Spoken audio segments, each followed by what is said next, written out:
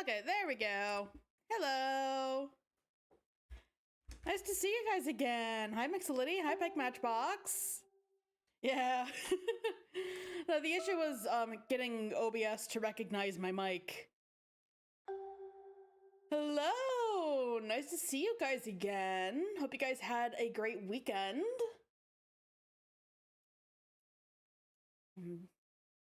But yeah, it's been oh. Well, another technical difficulty. Okay, let's see if we can get Homestuck on here. Oh, okay. Here we go. There we go. The void. You get nothing. This is the stream the entire time. Homestuck over. We're stuck with the void. Oh. One sec. Hi. What you want? No, I'm doing stuff.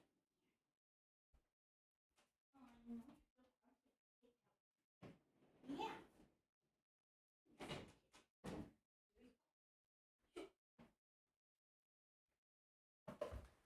Okay. Begging pets have been excluded. Okay. We're actually ready to stream now. Okay, but we finally reached the end of something. We're back with our little cherub buddy here. We saw some of the new planets with the new humans, our new human friends, which was really cool to see, and ended up as the YouTube thumbnail despite being only at the very end of stream. Yeah, we're back with Barty. Oh, nice to see him again. You are now Caliborn. We sure are. Caliborn is horrifying. Just standing there with torn pages smeared with what appears to be blood. Just standing there, menacing, glaring at us. It sure makes for a sight. But yeah, this weekend was pretty fun. I saw the new Amazing Digital Circus episode, as well as the new Knives Out movie, which was fantastic. I loved it. I do like I do love that we're getting like more like classic like detective movies through the Knives Out series. Yeah, it is very good. Yeah, I loved it. I like didn't realize until after it was done that it's like 2.5 hours. It's pretty long. It didn't feel like it at all. At least not to me. But yeah, it was pretty good. It was pretty good. I was worried a little bit. Well, actually, no. I think that'll be kind of a spoiler, so I'm not gonna say it. I think that counts as a spoiler, so I'm not gonna say it. But there was one point where I was worried it was gonna go in a direction that I would not like, but it didn't go that way. So I'm very happy with it. But yeah, I won't spoil it for anyone who hasn't seen it. Hi, hello, Do Not Open. Welcome. Nice to see you again. Yeah, we're now Caliborn. Let's get into it. You needed something to sop up all the blood, so you snatched your sister's fanfic tome for the road. Just by ripping the pages out, you've already given her dumb stories more attention than they deserve. She's lucky you were in such a pickle for clean towelettes. Ordinarily, you wouldn't use this trash to wipe your ass. But then again, that's only because ordinarily you're chained to the other side of the room. You captchalogue the tome, savoring the recently acquired freedom of having a fetch modus all to yourself, the idea of storing an object and then freely being able to retrieve it anytime without having to barter with a truculent sibling over a series of inconvenient naps. It's almost too much liberation to fathom. You truly are a free adult man, and you are so proud of yourself. You love having a dead sister. Having a dead sister is an experience you would highly recommend to everybody. You are already so far from home. You've never walked so far in your life. At least not well awake. The immovable juju block keeping you shackled to your room was just one of the many banes of your existence. Is that the Statue of Liberty? Oh wait, no, I think we have seen this before. Doesn't get any less jarring though. It's hard being a cherub and growing up with lots of weird magical rules that nobody understands and have no discernible origin or purpose. It's hard being a cherub and growing up with lots of weird magical rules that nobody understands and have no discernible origin or purpose and nobody understands. Did that repeat? Yeah, it did. Basically, origin or purpose and nobody understands. Is that intentional? That's kind of weird. What does that mean? Huh. It's a callback? I'm definitely missing something here. I'm definitely forgetting something.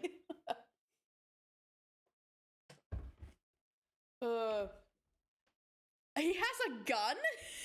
Sir, I just like pressed next page and immediately turned to get my water bottle, so I did not register. Oh. It's hard being kid and growing up. It's hard and no one understands.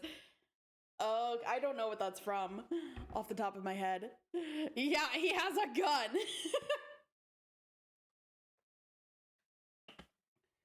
Oh my god. What's he looking at there? You peer at your former prison through the scope of your machine gun. You aren't really supposed to hold the gun by the magazine like that, but whatever. This is Homestuck. We play by the rule of cool here. It doesn't matter. The reality has no. The phrase is all throughout the comic. Okay, so it is just from we're in a different comic. Yeah. Aaron says, oh, yeah, I hadn't noticed it being repeated like that. Huh. Oh, but that's funny. That's funny if it became like a big thing in the fandom and then just like, I'm just gonna, and having, that's a pretty cool callback to the fandom then. You're unlikely to remember it, yeah. The one downside of going through Homestuck like this is that it's missing, that I'm missing any context from the fandom that was ongoing at the time. The benefit though is that I don't have to wait like 10 years for it to finish. That's a cool line. I don't know why it stuck with me. I could have sworn it was used more. Sometimes things like that just happen in fandom where like, oh, like this one line gets used a bunch and then, well, like not even a bunch, just like repeated and like someone points it out like, oh, hey, maybe this is going to be a repeating thing and it grows bigger than it actually is. Stuff like that happens a lot. People often remember a lot of stuff being in the comic that never happened. But yeah, it happens in every fandom. I think once the fandom grows to a certain size, it's kind of inevitable that fanon mixes with canon and things get mixed up a bit there. I think people think a lot of nicknames for Crashout were from the comic when they weren't. I've noticed that this happens with nicknames quite a lot. Where like nicknames that were only used once or were never even used in canon in quite a bit of media end up like in fanfics getting used quite a lot. When they were like maybe used once, if at all, in canon. Yeah, beam me up, Scotty, etc. Yeah, like that's like never used in actual Star Trek. Like there are similar lines said quite a lot, but like never that exact line, I don't think. If it was only used like once, maybe. But like, they never really say, beam me up, Scotty. But it's become such an iconic, phrase that it's kind of taken on a life of its own. Stuff like that happens in every fandom once it reaches a certain size. There's the Crextruder. It was the only device available to be deployed. You're pretty sure there were supposed to be more devices that went with it, but you guess your game session is a little different? You were also under the impression there were supposed to be gates directly above your home, but you don't see any. Maybe if you look higher? Yeah, let's look a bit higher. It's like today is actually a pretty nice day. Like we actually have sun out. But the downside with that is that there is a beam of light directly hitting my screen, which makes it very difficult for me to make out dark panels like this. It's like hitting like through the shades. So hold on. Actually, I might be able to see if I can do this. Oh, no, that's worse. That's worse. Okay, there we go. There we go. If I tilt the shades just a little bit differently, it technically lets more light in, but in a way that's not hitting my screen directly. There we go. Okay, that's better. That's easier for me to see. Still no gates, but there's Skya, all clouded over. You like it much better that way. Oh, yes, here, let's do that.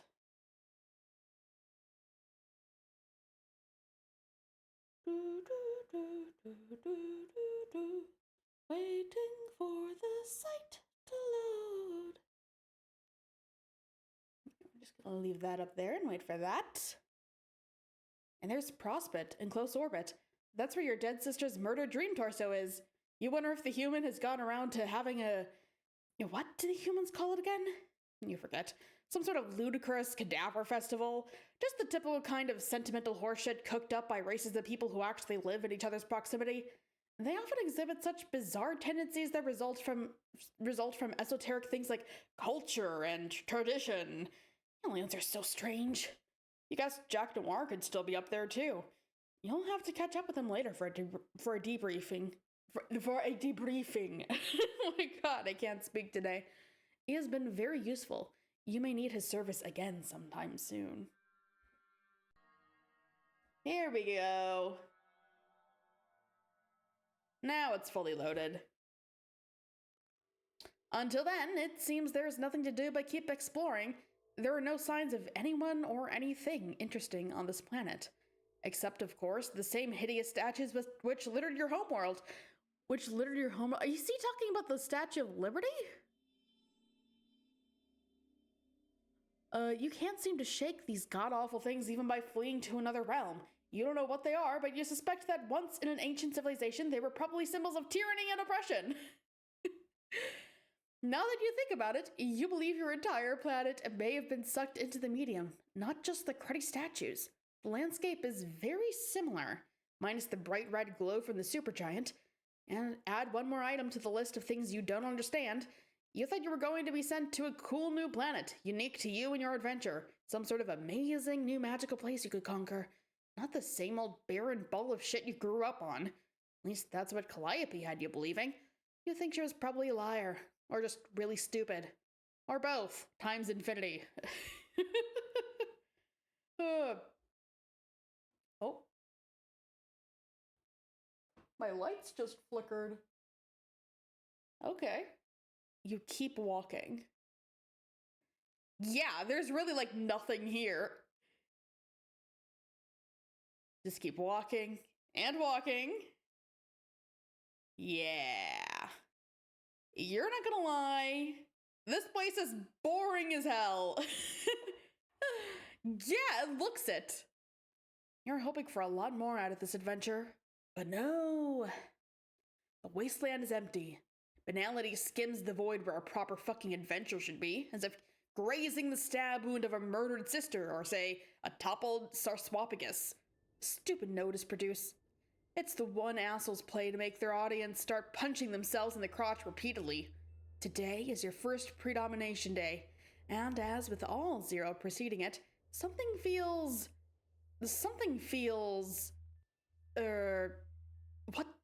What are you looking at? Look! No, wait, don't look, just listen. You don't have time for fancy poetry. It's almost as useless as having your thoughts dictated to you, assuming you were even aware of that happening, which you definitely aren't. Cherubs aren't prone to that kind of self-awareness. No way. Absolutely not. Yes, you believe that thought, the one you had just now by your own volition, and now it's true reality. See? Yes, you agree totally with that thought you had. Frankly, you don't know about stuff skimming holes or alertness to some purely hypothetical flow of narrative or whatever. You've got major psychological problems. You were meant to be a monster, to destroy something huge and really important, perhaps repeatedly, and to be a total shithead about it. You just haven't found the road that'll take you there yet. Somewhere in this depressing empty lot of possession, there is a quest waiting for you. You are determined to squeeze more blood from this pathetic stone than all the naturally occurring puppets in Paradox Space keep their squishy little torsos combined. You stew in your own quasi-lucid hostility as you think this very thought. The one right there, that feels like it's being dictated to you, you think. You think it feels that way, so you guess it's true. But we previously agreed that you were the sole author of your own thoughts, didn't we? That's the thought you should be thinking, and more importantly, believing in as hard as you can, thus slightly reducing its stubborn fakeness attribute. You then think the word, huh? That doesn't sound like a thought you would have. You think to yourself, thoughtfully, what the fuck? But seriously, you've got to stop this.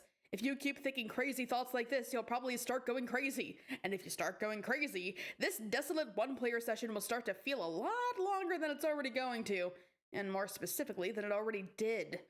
Still, you can't quite shake the feeling. You have a feeling it's already been a long... Hey! He's becoming self-aware of the narration. Oh no.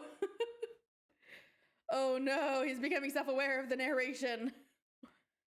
What's that over there? That looks like a great thing to distract you from your awareness-addled reverie. Some kind of blinking light far off in the distance. It may be part of something else, like a larger structure. But so far away, the light is all you can see. You have a feeling it's gonna be a long walk.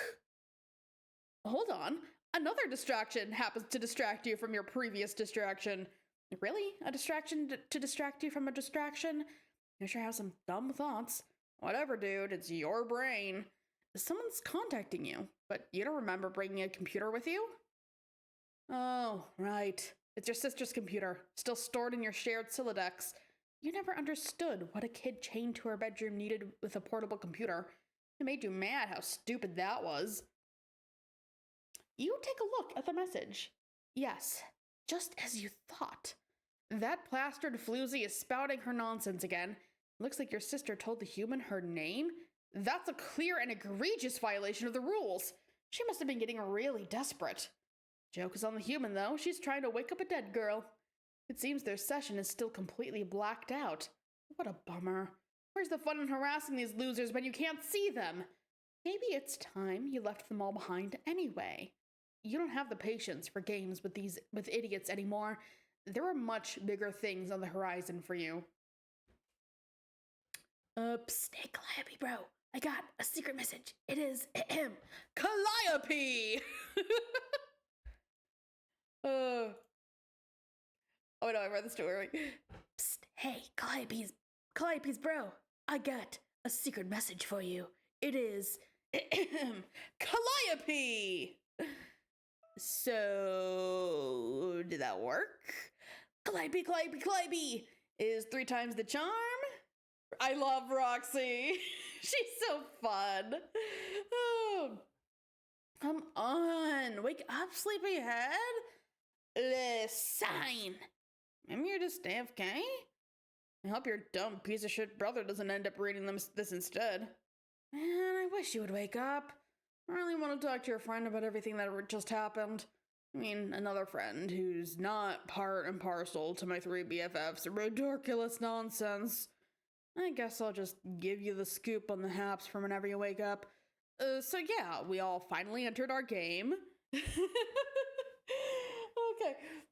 So now he's just, oh, well, he's leaving it behind. Okay, but it would be, so she's just talking into the void. No, no.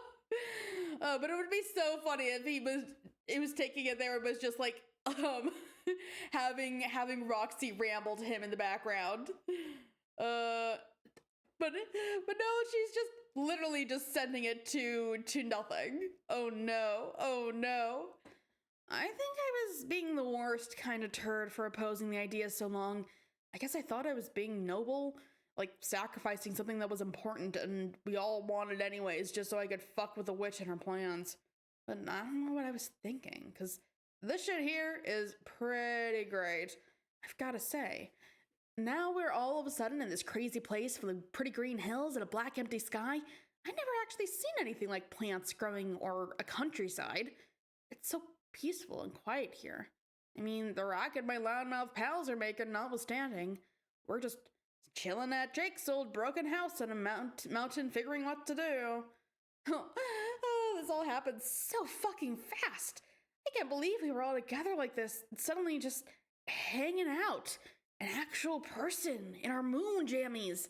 This is better than I ever thought it would be in the silliest and stupidest way.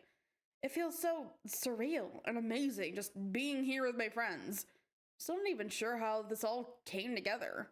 Mostly a lot of Machiavellian, heroic, extreme strider bullshit. Oh my god, my cat is looking at me, begging for me to let her in the door. Oh. Okay, I'm letting her back in. Do you promise not to be a little turd? You promise to be nice? And not cause mischief? Yeah, you can't do that. Poor kitty, yay kitty. She is a spoiled little princess. Hi! Hi! You actually gonna come in? Hi! You want pets? Hi! Hi! Hi! If we pick you up, will you say hi? You wanna say hi in the mic? No? She's sniffing it. And she's gone. There she goes. She's had enough of my nonsense. Like, I was under attack there. My colony was burning and I remember dying, and I think Jane must have died too. She was on Dursey, but I have no idea how she got there. I don't know if Jake died too or what. All I know is people were dying their asses off left and right. The beeline is we were all in some shit. Dirk, I think, must have killed himself and, like, shipped his own head to Jake down Makeout Mountain. But Dirk also kissed me, it would seem. Well, I was too dead to notice, unfortunately. But then I woke up on Dursey, which is getting worked over by the red shit, too. And there Jane was, lying there bloodily and heartbreakingly and probably dead. So I knew I had to kiss her, but God, I feel so pathetic, but I just couldn't do it for some reason. I wanted to, but I guess the blood grossed me out and I'm a total disgrace of a friend. I don't think I'll tell her because it's too embarrassing. Then Dirk wakes up and kicks my squeamish butt out the way and kisses her even in spite of his superhuman gayness and because he sucks less as a hero. And then we were blasting off suddenly on his fucking rocket. I don't even know what's happening, but it's all so awesome. And we scoop by somewhere and pick Jane up in her yellow dress, and now she's flying with us, screaming the whole time. And we get to Jake's place, and shit everywhere is on fire, and he's asleep. And so Dirk splashes him with a bucket of ocean and tells me and Jane to hide. So we do, and Jake wakes up and starts arguing with Dirk's gross head for the fucking future and climbs up on the stone wall for some reason and just starts making out with the head while the volcano explodes. Jane and I are like, what the absolute fuck? Well, Dirk's just there with his bucket all like, yep. And we all eat out of the popsicle stand, so now here we are. Wow, that story is a goddamn mess. What did I even just say? God, Roxy's amazing. I love her.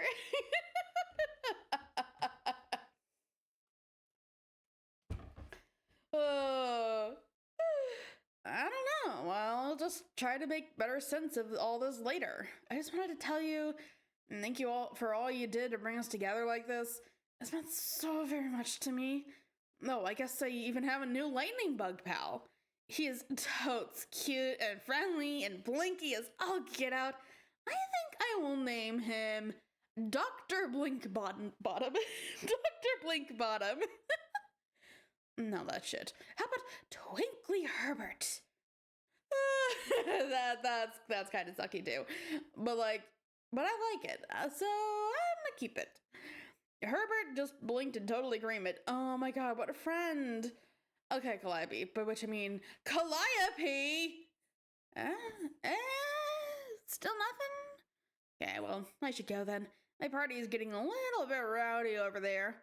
Oh my god, what are they actually doing? What are they doing? What are they doing? Oh, not even 10 stinking minutes into our magic best friend quest, and they're already jacking up the drama. Need to flag down the Dramambulance, haul these fuckers away. Wow, they are really being so absurd. Maybe it's just because I'm not tipsy at the moment, but this shit is like hells of amateur hour to me right now. Maybe if I wasn't as sober as a nun getting slapped by a librarian, I wouldn't even notice. For reals though, may I just say, dying is a hell of a way to sober up quick. Gotta remember that trick. So, hey, wake up soon. I will try again later. Must deal with some shit now. Ugh, I think I could use a drink. And ceased pestering. And we're back with Caliborn. Oh, is that Gamzee? That Gamzee in an ominous, glowing red tower? Hello? Hello? Hello? A friendly clown welcomes you to... Huh? It seems he would like to be your guide. Okay. Will you let him be your guide? I guess so. Just stares blankly. Oh my god. Hello? Hi, Gamzee.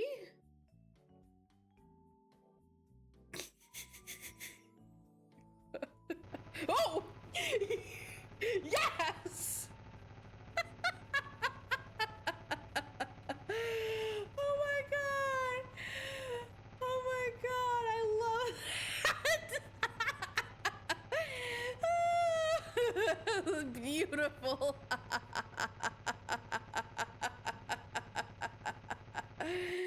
Oh, just get wrecked. Caliborn. Caliborn, what are you doing?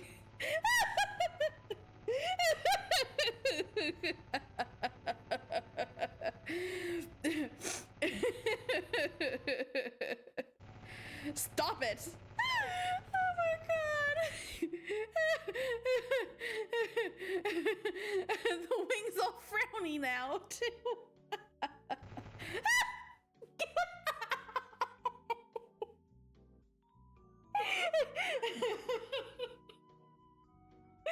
Oh no! Oh no!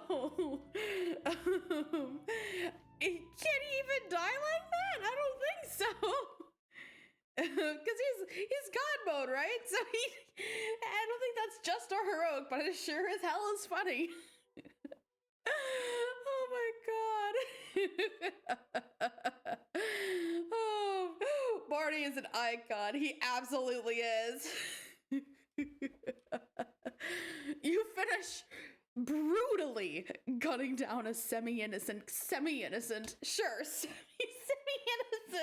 There's nothing innocent about that clown. Okay. You finish brutally gunning down a semi-innocent clown for like 5 solid minutes and turn your attention towards this mysterious tower. What the hell is this thing? innocent. Oh my god. What the hell is this thing? Maybe that clown could have helped you understand what you're supposed to do in this empty wasteland, but no, you had better ideas, and all of them were bullets. Oh my god. Oh.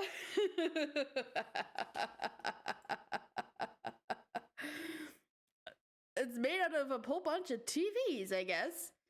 You just think you can figure everything out by yourself, don't you? Who needs friends and allies, right? Friendship and allegiance allegiance are emotions for dipshits like humans and trolls. All right, Gerard, hello! Welcome! You missed all the gunfire. Here, we'll replay some of it for you. The best part of Homestuck. Poor sad clown boy. Oh my god. Oh, it was fantastic. Best part of Homestuck by far. Who needs tutorial NPCs? Who needs just figure stuff out on your own? Oh. You just think you can figure everything out by yourself, don't you? Who needs friends and allies, right? Friendship and allegiance are emotions for dipshits like humans and trolls. You really are quite full of yourself, you think? Yes, you just thought that. No, don't resist the thought you just had. You thought it and you can't unthink it. You also think you are a mean little prick. You had that thought all by yourself, totally unprompted, and it is causing you to reflect on a lifetime spent being petulant and awful. Wait. No, on second thought, you don't think that. You have no remorse and you think you're great. No, you don't think you're great. You think you suck and you regret slaughtering the juggalo. Please do not argue with your own brain. That's what a lunatic does. He found the narration box. You are really upset that you killed that sweet, helpful bard. No, don't pretend you aren't. He only wanted to be your guide. Would that have been so bad, you wonder? You wonder this to yourself while a tear rolls down your stupid red cheek. You turn away so no one can see you cry, but you let out a muffled sob, and everyone can tell how sad you are.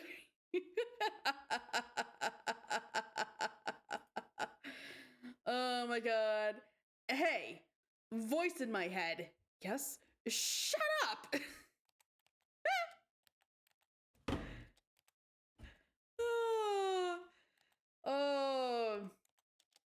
No way.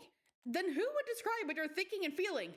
Nobody. I can think my own thoughts just fine. They're less stupid and condescending than the thoughts you tell my brain to have. Me talking to the voices of man. Yes. Oh my god. But your thoughts are shitty. You should be grateful to have someone to spice them up for you.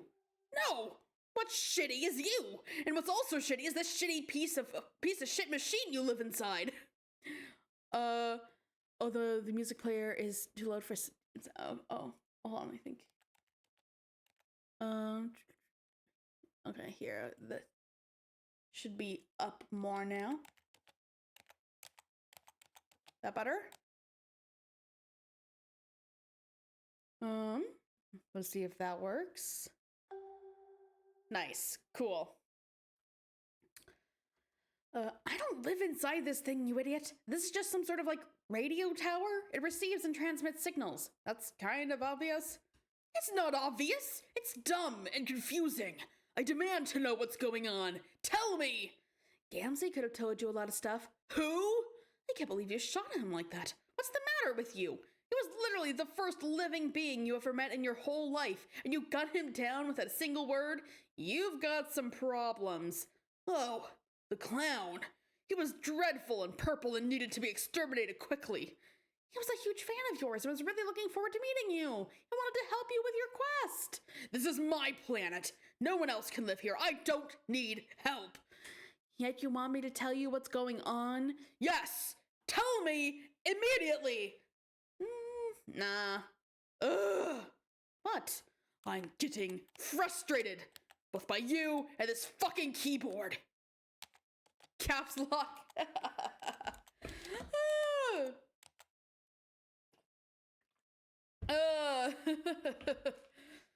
What's the matter with it? It's making it impossible to type my quirk. No, it's not. Yes, the caps lock key appears to be permanently depressed. How do I make a knot like that? It's locked. You need a key to unlock it. You need keys to unlock a whole bunch of features on this tower. Where is the key? How should I know? Because you are an infuriating font of knowledge about many things, including my own brain behaviors. Why should I tell you everything? Find your own fucking keys. It's your quest, remember? No, but typing like this is bad. It's really throwing me off. I don't understand the problem. I can't make my U's little. No, I got that. But caps lock should make it easier. You do realize when caps lock is on, you can hold down shift to make letters lowercase, right? What? No, I don't use caps lock. I thought it was supposed to be like a training key for idiots. A training key? Maybe also for girls, for when they get hysterical and make their letters shout. Okay, got it. Really great theories here. So, how do you usually type then? Just, never mind. Oh, hang on. Are you saying that you hold down shift with one hand while hunting and pecking for all the letters with the other?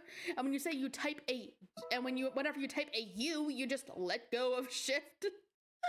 Poor guy is pinky is strong as fuck. Oh my god. I said, never mind. Wow. Okay, look.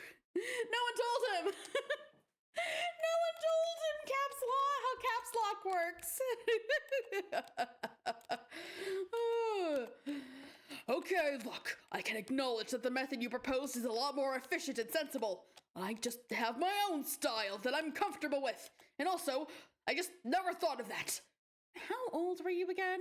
Fuck you! Okay, the thing is, don't tell anyone I said this, but I've always had a lot of trouble at learning stuff. Yeah, I know. Fuck it! I'll just type in all big letters, even the U's, who cares? Oh, looks like somebody just took his first big step towards growing up. Actually, typing this way is a lot easier. Looks like I win this round, asshole! Win what? I was the one advocating for the use of caps lock in the first place, doofus. Don't antagonize me! You aren't a funny person. I can tell you think you're funny. I may have problems learning, but I know when a piece of garbage is trying to be funny unsuccessfully. You're right, I do think I'm funny sometimes. Maybe I'm wrong, though. You are just a wrong and unfunny guy. We all have our flaws to overcome. I do my best, just like you. Think of all you've done in spite of your learning problems. You don't let your disability hold you back, do you? I guess. You won that game of chess with that stupid gambit, switching the hats, remember? It was a lame ploy and totally not in the spirit of the rules, but it got under her skin enough to force a loss anyway. You also hired Jack to murder your sister, which was a dick move, but reasonably clever. Tell him rip a new one, Marty. Yeah, you tell him. You got it. You got this.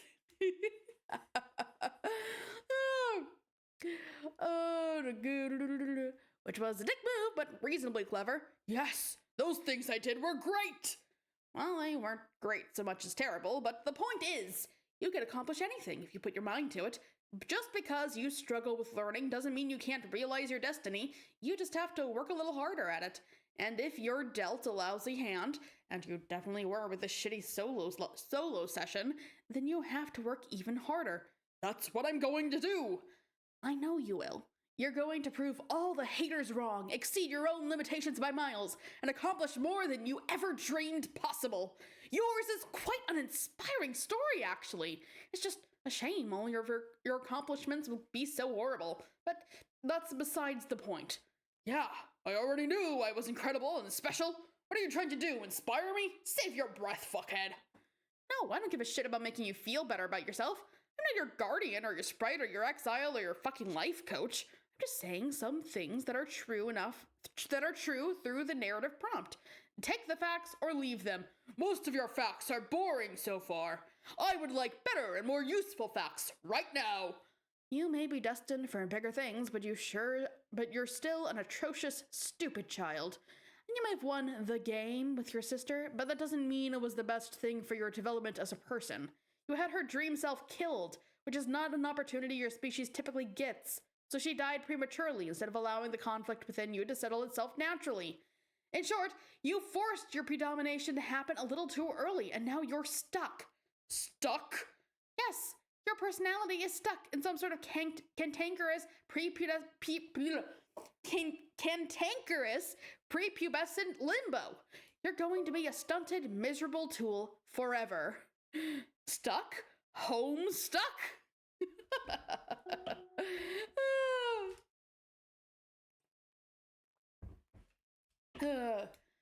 Yes, your personality is stuck in some sort of cantankerous prepubescent limbo. Oh god, that line gives me such trouble. Cantankerous prepubescent limbo. How long was I even supposed to wait for that twee bitch to get out of my skull? That's kind of sad. You don't really know anything about your own species, do you? And I guess you do? Yeah, pretty much everything. Tell me then! No. God damn it! Oh god, the trail of blood. This dialogue is giving me a headache between your passive-aggressive obstinacy and your bizarre motivational diatribes and the fact that I'm having a hard time telling our text apart. What? You are? Thank goodness it's not just me. Kind of. Well, here's a hint. You're the one typing in capital letters. You're also the one typing in surly, brief, stilted-sounding phrases. No, but the colors are too similar. I know that some letters are big and some are small. How dumb do you think I am? I just have an easier time thinking in colors. What does it even mean, thinking in colors? I told you, my brain works differently, so shut up. Homestuck got me too used to differentiating by the colors instead of literally anything else. I told you, my brain works differently, so shut up.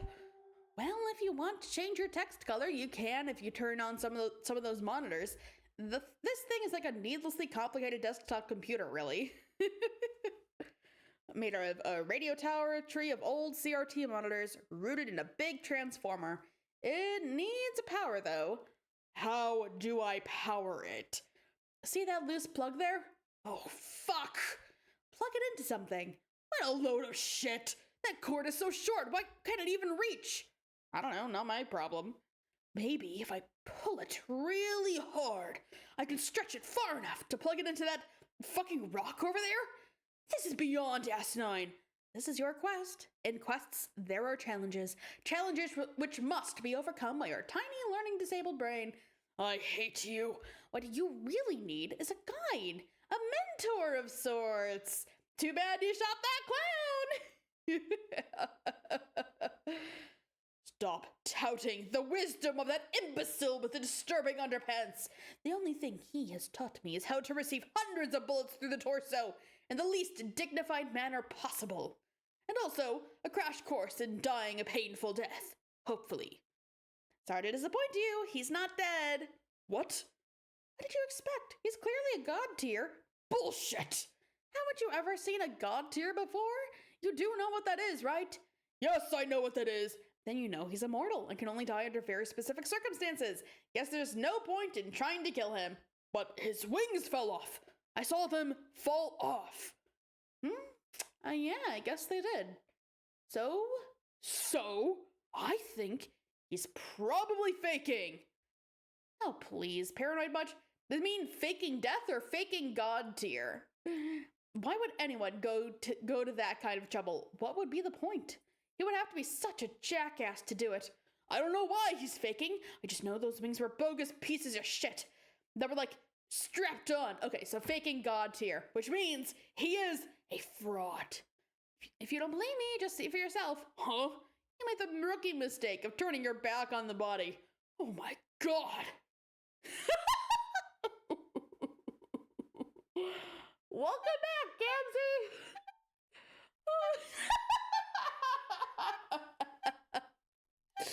Thank you for the lovely sound effects.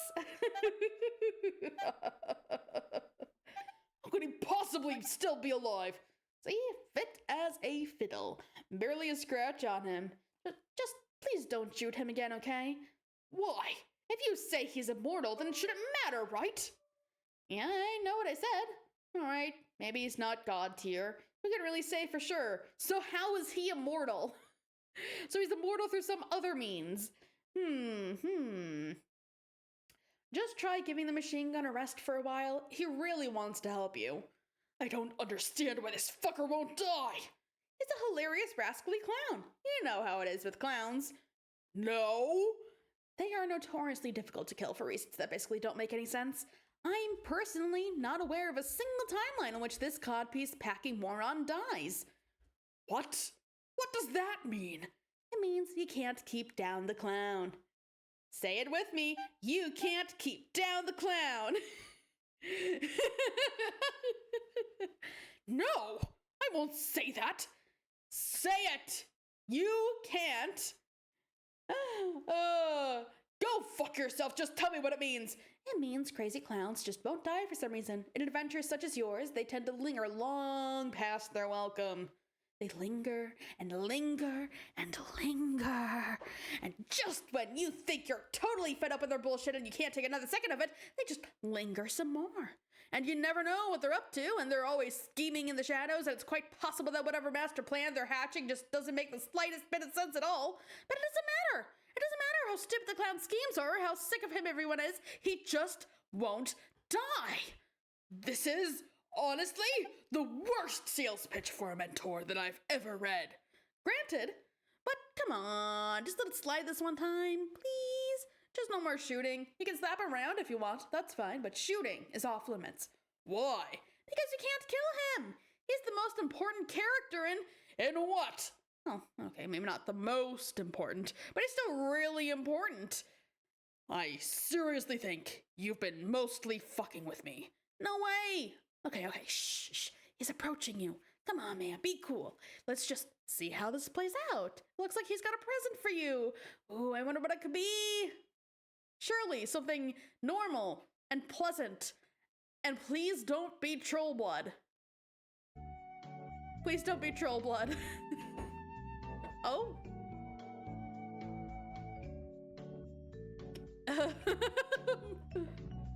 Please don't be.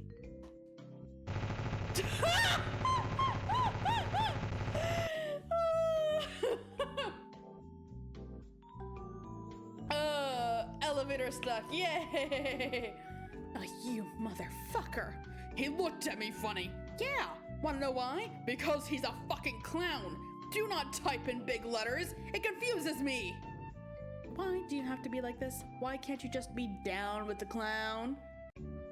I don't know. I like shooting him. He just has this perfectly shootable torso. Hey, what the fuck is this horrendous music? What? You don't like it? God, he can hear the music. He can hear the elevator stuck. Oh my god. Come on, let's just get down and clown. I don't know. I like shooting him. He just has this perfectly shootable torso. Hey, what the fuck is this horrendous music? What, you don't like it? It is without a doubt causing me more pain than whatever this unkillable clown is feeling right now. Whenever you shoot the clown, I play the elevator music. Oh, fuck. No! That's the deal. Either shoot the clown and face the music, or put on your fucking big boy suspenders and stop trying to murder him. All right, whatever. I find your stipulation to be tyrannical, but fine. Just plug the thing in the goddamn box already. All right, now what? Ooh, I got a screen on there at least. Oh, hello.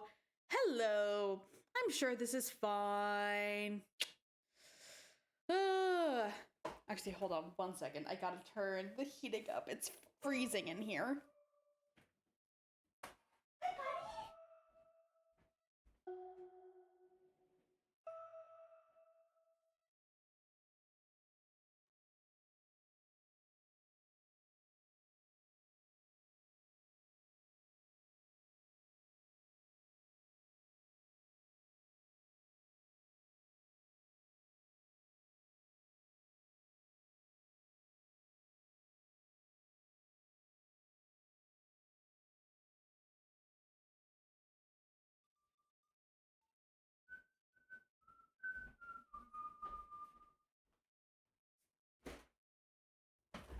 Okay. Okay, hopefully it'll warm up. Okay, here we go. Now all the modelers have power. Each one is set to a different channel, but they won't display anything unless they're unlocked. You unlock them by finding the right keys and using them on that little model of the radio tower next to you. One of them is unlocked for you already. Can you see it up there? Yes, yes, I can see it. It is a view of my dead sister. What a beautiful sight. She really makes a more breathtaking corpse than I ever imagined. Whatever you say, weirdo. Anyway, it's like I said, this is a glorified computer. If you want to change your text color, you can sample some pixels from the display. This is perfect. I was intending on using her putrid green blood to color my text. Were you? Yes, it was going to be like painting my words in her blood as a token of my ruthless triumph. Then on the next time I was going to harass somebody, I was going to be all like, look who won, it's just me now. And I would be like, now what's up, bitches? And it was going to be so badass. Okay.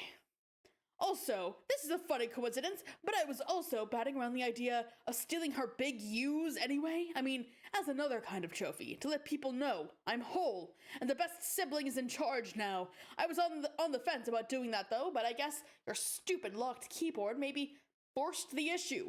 But I'll just say badassery was the reason and omit the tedious anecdote about the keyboard. So yeah. Then let's consider this a serendipitous facilitation of all your most juvenile typing fantasies. Let nobody henceforth mistake you for a guy who isn't, trying as hard as he can to type like a cold-blooded motherfucker. Yes! That's what I want. Great! Now grab the mouse there and pick a new color.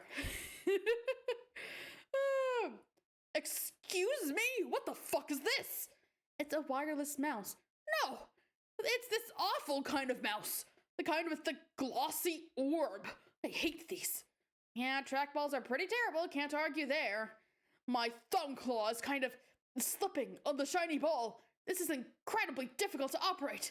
I really don't envy your situation. This is an awkward vantage. If I want to use the mouse and look at the screen, I have to stretch my arm really far and kind of twist my body to look around the corner like this.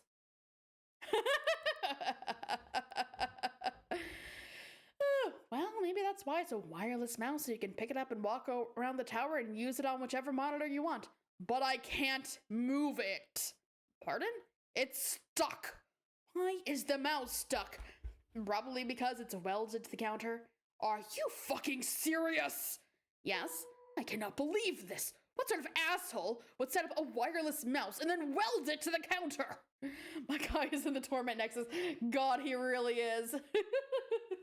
Using a trackball wireless mouse that is welded to the counter. That's a hell of a question. I am so pissed off at this. Who is responsible for this nightmare? I don't know. Someone who thought it would be really funny watching you struggle with a shitty trackball mouse welded to the counter? I demand to know. Was it you? It was you, wasn't it? Maybe.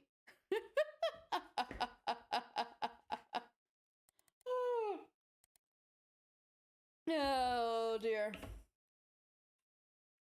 Mark my words, whoever you are, someday I will track you down and kill you. You already did. Liar! It's true, it already happened in like the quasi-future. What? For someone who's supposed to be a lord of time, you really kind of suck at thinking fourth dimensionally, let alone fifth dimensionally. You've got a long way to go, kid. Quiet! Your nonsense is distracting. Okay, there. Wait. This color is all wrong. It's too muddy. Yeah, the environment is pretty grime up there. Sky doesn't provide very good lighting when it's all clouded over like that. Just bump up the brightness on the display.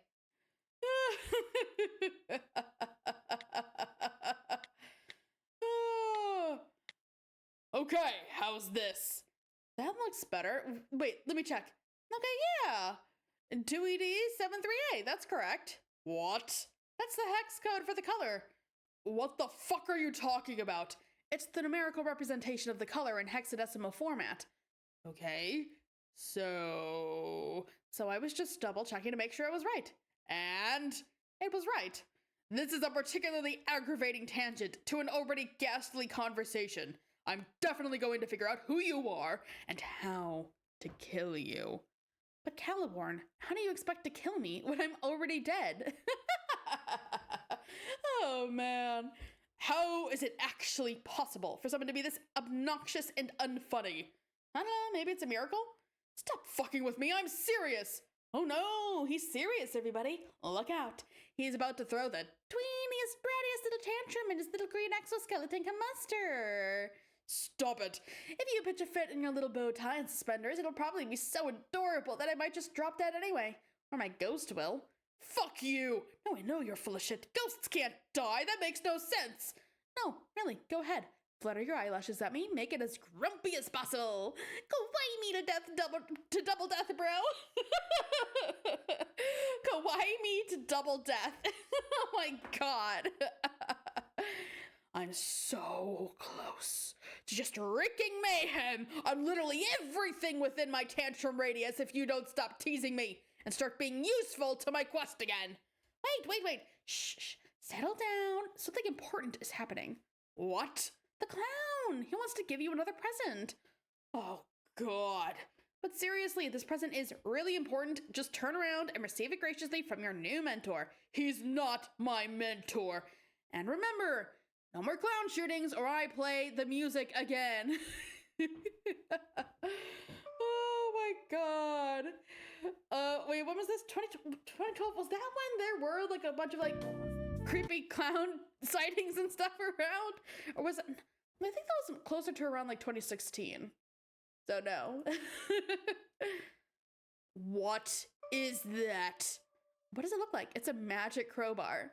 Yeah, 2016 was when there was all the creepy clown sightings. God, that was such a weird time. Nothing happened with it. It was just weird. Just for a while, there would be sightings of creepy clowns. And you just had to live with it. What is that? What does it look like? It's a magic crowbar. Why is he giving it to me? I'm not sure. I thought you knew everything. I know a lot of things, but I don't always understand his motivation for doing the stupid things he does. Why not? I just don't. Like, one time, he sold a girl some potions. I have no idea why he did that. Potions? Yes, potions. I mean, technically they were bottles of his friend's blood. He also threw some corpses into a sprite to revive them and fuse their identities to create a disturbing freak of nature. I'm still not really sure why he did that. Probably just to fuck with everybody. What corpses? It doesn't matter what corpses, just some corpses, okay? The point is, he probably didn't even have any reason for doing it. He was just being weird and capricious. But that doesn't mean it didn't end up serving an important purpose anyway. He's so quirky. He's not like other girls.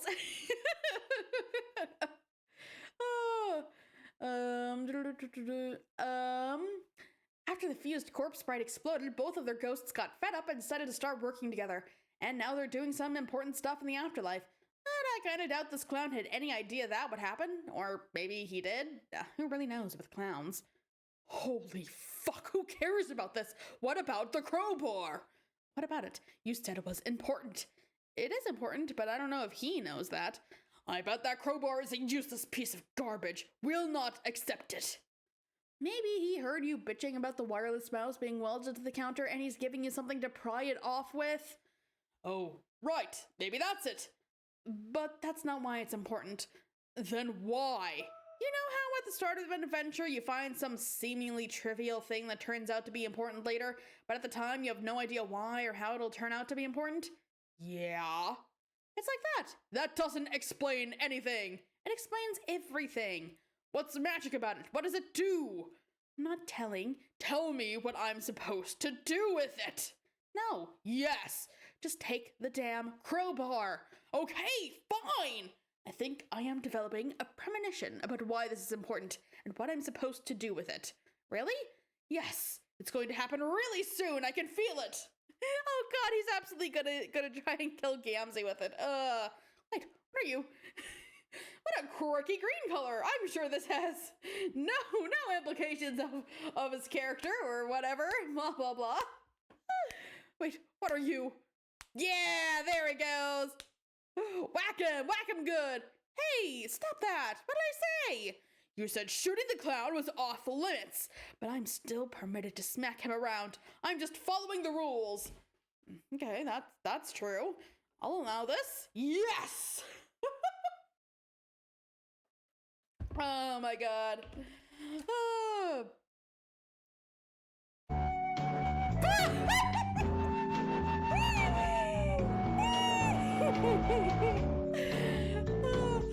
Of course, with the music. Oh, gorgeous. Beautiful. You piece of shit! I stopped allowing it. I think you must have mental problems. Ones that are worse than mine, I mean. Oh my god, are you playing it also? Beautiful, beautiful chaos.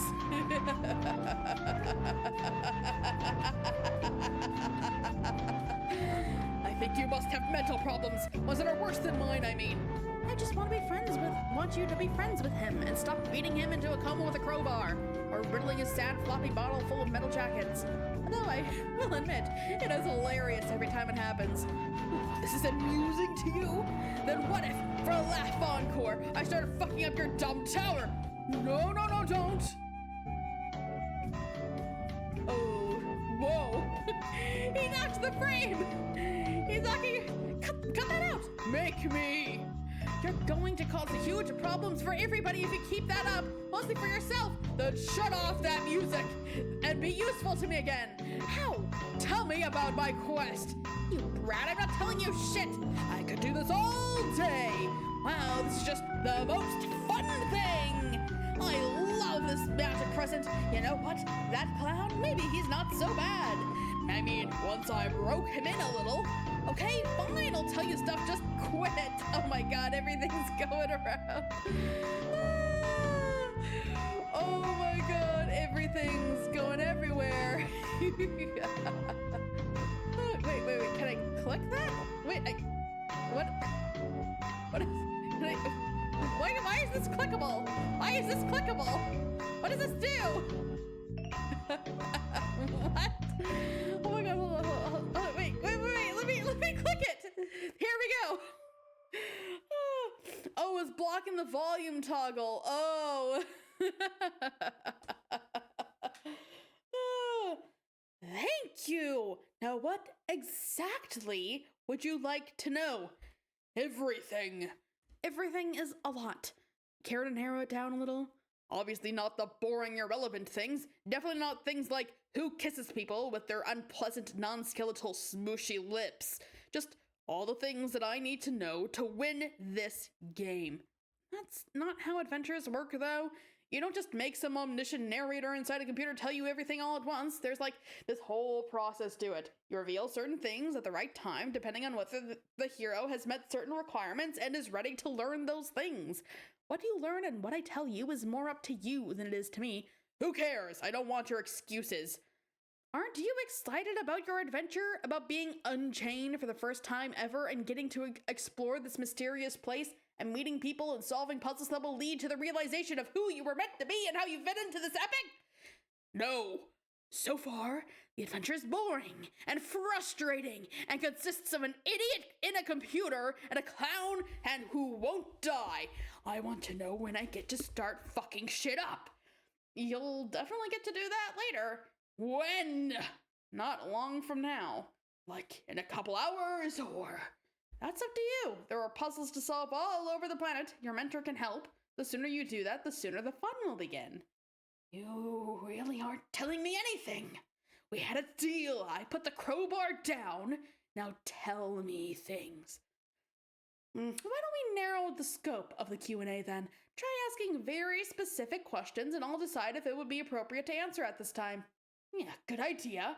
Then my first question is, what is this place? The medium. You're in your game session.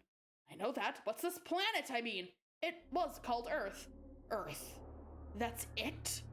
Yes, we're told the Statues of Liberty a dead giveaway.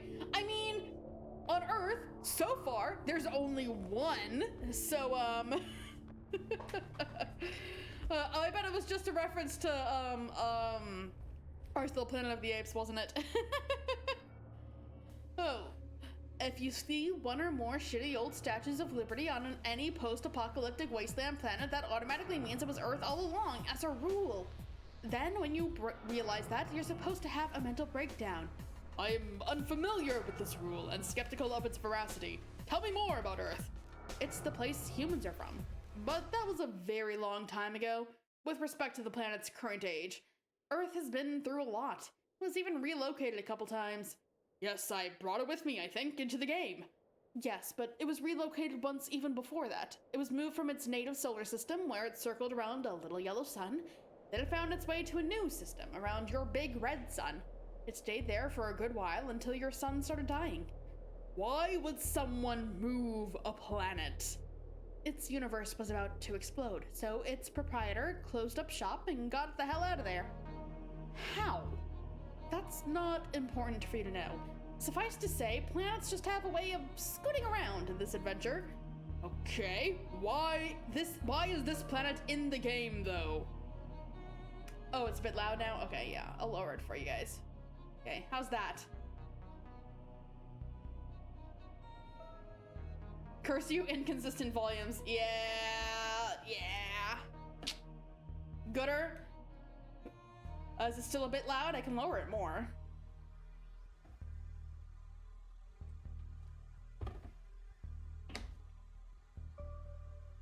Bit more? Yeah, okay. Okay, how's that? It's good now? Okay. Yeah, just let me know if the volume's good or if it's like too low or anything. My volume's the volume I get is completely separate, so I can change things for you without messing up the volume I get, so it's completely fine. Then it found its way to a new system around your big red sun. Why would someone move a planet? Wait, hold on, no, I was a bit ahead of that too. Oh, here I was. Okay, why is this planet in the game though? Because your kernel sprite turned into a black hole and sucked it into your session?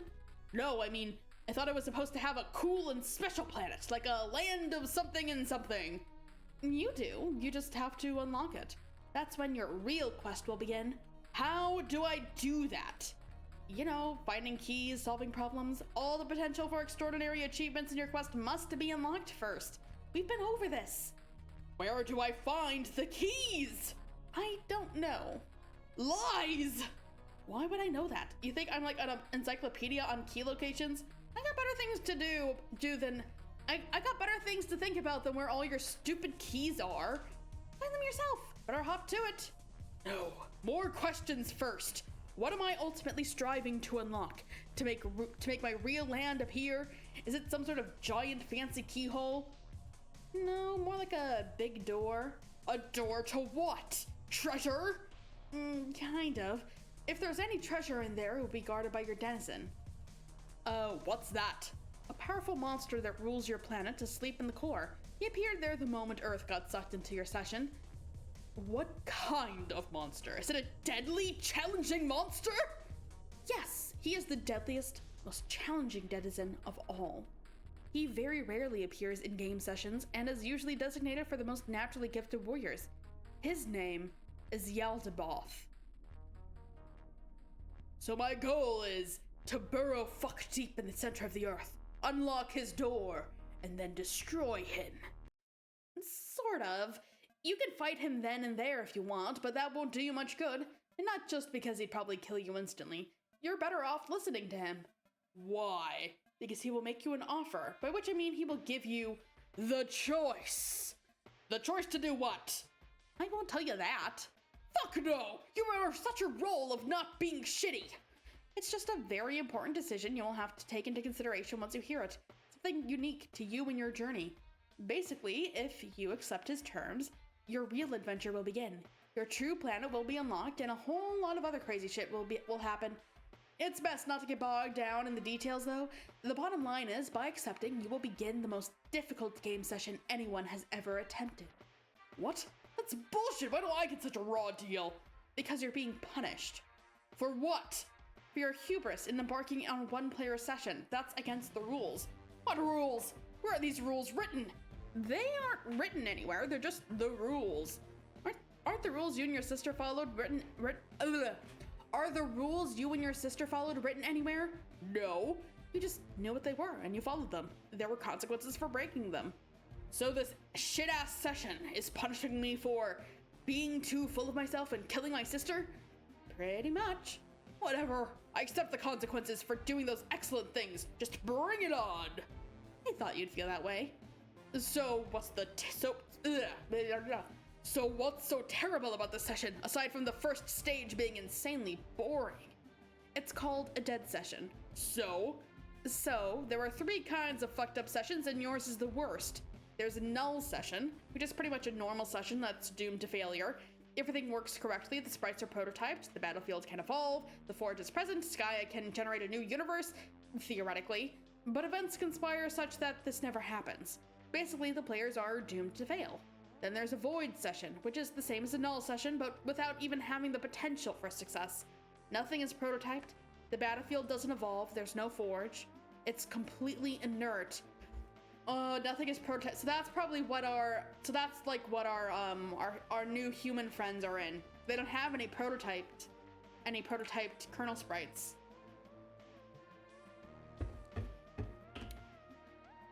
Which means that their battlefield didn't evolve. It's completely inert, doesn't have even the potential for success. It has it has no chance of bearing fruit. At least not without some sort of miraculous external intervention, like a Deus Ex Machina. And then there's a dead session, which is a void session, but worse. It's started by a single player. The kernel sprite collapses into a black hole, sucking the planet into it, and eventually the sun, an entire solar system. There is no hope of creating a universe in such a session under any circumstance, not even with outside help. Victory and defeat in a dead session are dictated by totally different terms. One way of looking at it is, if you're fortunate enough to even get your quest started, it will be like playing the game on the extreme difficulty session. Hope you're up for that. Of course I am. Let me ask you, if you were the most deadly denizen of all, would you want to mess with this? Hell no. What? Gamzee again? Oh. Wonder what he's up to now. He doesn't look too good. He does not. He's having a rough time of it. Oh, great. Oh, he's vomiting blood. Are you satisfied? You made this dear, sweet, pseudo-innocent... We switched from semi-innocent to pseudo-innocent. Pseudo-innocent juggalo vomit leader after thick, glutinous leader of nasty purple blood. Oh my god. Ugh. I'm debating whether I should play the elevator music again. Would that be funny? I'm not sure. Kind of borderline, really. Hold on. What is that? What?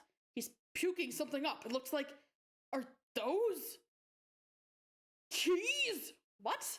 He puked up some keys. That's weird. What kind of keys? Just some regular looking keys. With some kind of clowny key ring. You think they might work on the tower? Why the fuck are you asking me? How could this be something you don't know? Don't be that way, I'm just thinking out loud here. So you had no idea this wretched fool swallowed some keys, intending to later regurgitate them in front of me, probably as another present?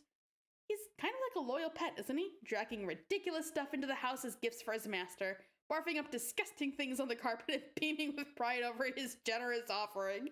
Isn't that what you want from a devoted minion/mentor? Yeah, isn't that what you want? Did you, or did you not know he had these keys? Nope, I'm just as surprised as you.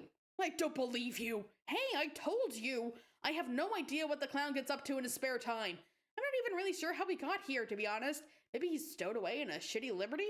Maybe he was just hiding in one of the vent shafts on your meteor when you entered? He had years of practice to master that move, now that I think about it. Shut up. Just shut up. How can everything you say be so useless? Why don't you quit bitching at me and try out those keys? How do I know which key goes in which hole? You don't. What? There are no labels or numbers or anything? Nope. You just have to try them on every keyhole until one fits. That's so terrible. I literally cannot even think of a single thing more terrible than that. Welcome to your quest. Okay, I guess I found one that fits. Oh, hello. Ah, yes, it's this bumbling twit. Where is he? He's in his game session, exploring his land. His land looks cooler than mine. It is cooler. That fucker. I'm so going to mess with him now that I can see him. Hey, why can I see him now? Their game was blacked out last I looked. You were looking through a standard chat client viewport. This tower signal bypasses the field of void permeating the session. As long as you find the right tower, the right monitor, and have the right key, you should be able to see anything in existence from this planet. Interesting. Try another key. That is interesting. Okay, hello. It's the Dirk human. He is somewhat tolerable, I mean, as a strong and competent male. What, so you're down with the Dirk? No, all I'm saying is the death I wish on him doesn't have to be especially painful. It could be like going to sleep with maybe only a short scream. I think you want to be bros with him. Shut your mouth! I will try another key. Hello, Roxy! God, her planet is so cool. I love the neon, the pyramids. It's just so cool. Ho ho! And here it would seem that we have an exemplary pair of saucy bitches. Do you think... What? No, never mind. It was a frivolous question. Think what? I was just thinking. Do you think it's likely, if I peek at them for a while, they will begin to maybe... What? Stroke each other's hair? Okay, I'm leaving. Or maybe... What's the word I'm thinking of? You do it with another living torso that's near you. I mean, a torso you haven't killed yet, when one dares to allow the seductive serpent of debauchery to slither into one's sarcophagus. What the fuck? I think it's called snuggle...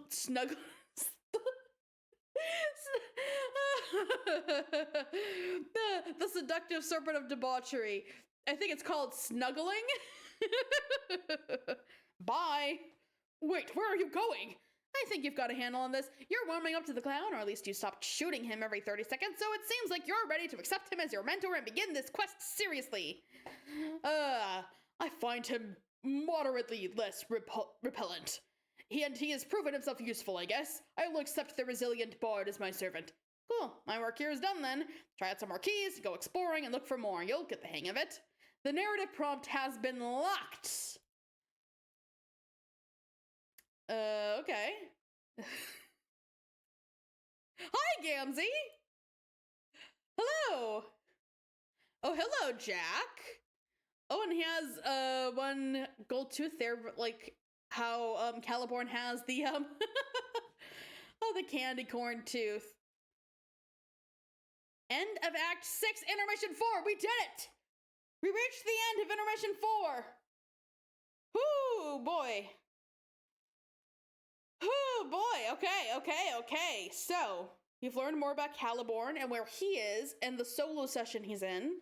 And now he is having the most difficult session of all as punishment for killing Calliope, which, you know, he deserves. Welcome to Caliborn's quest. Oh boy. Yeah, he doesn't seem to be having a great time. Though honestly, what did he expect? He should have known. He should have known that games are always better when you play with friends. You think we're ready? Do you think we're ready to enter Act 6, Act 5? Yeah, well, but ready or not, here we go.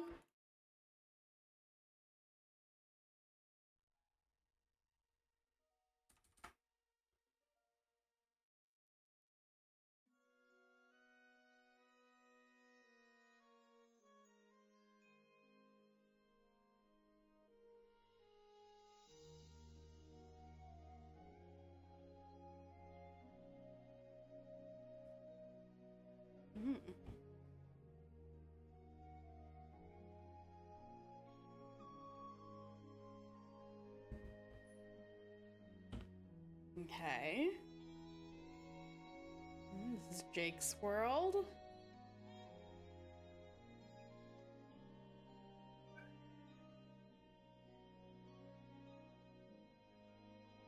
Tap. Oh, it's John.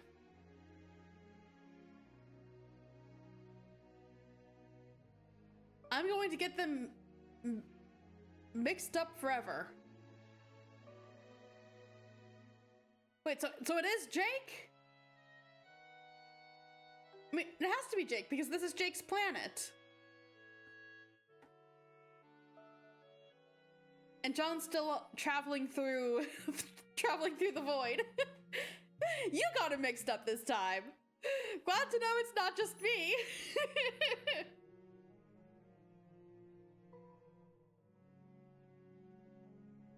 We're off to a great start here.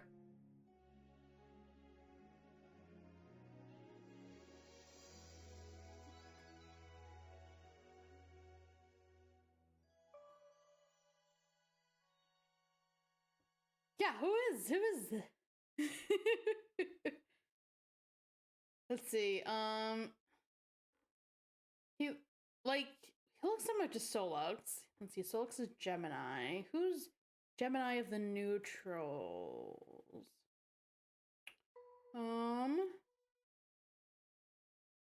Yeah, I don't know. Examine incoming message. Deeper sigh.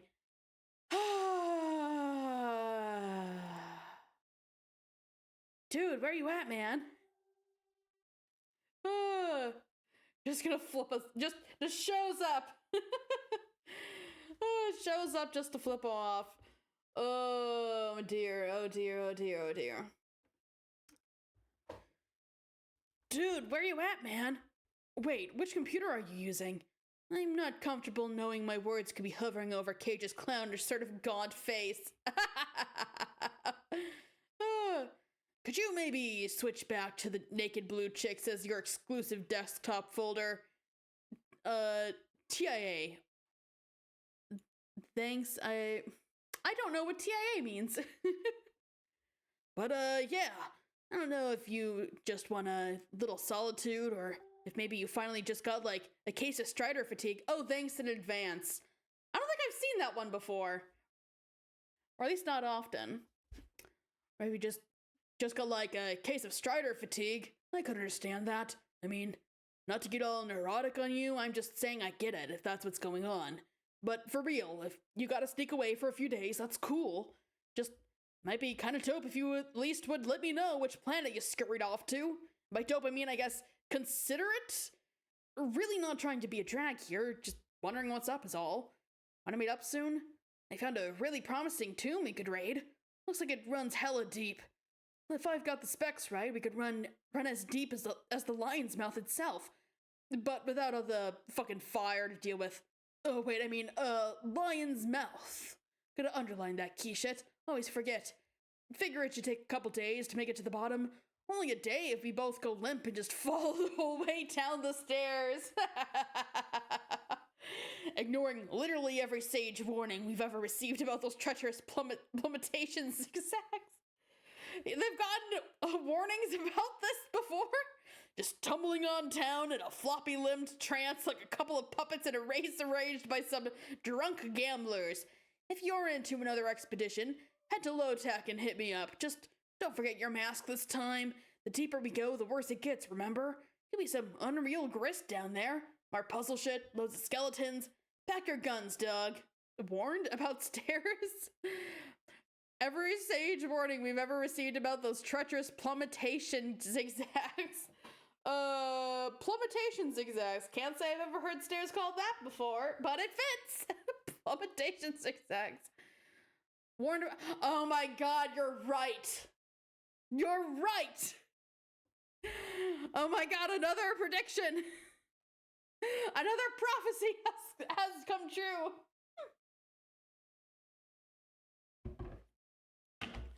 Oh my god.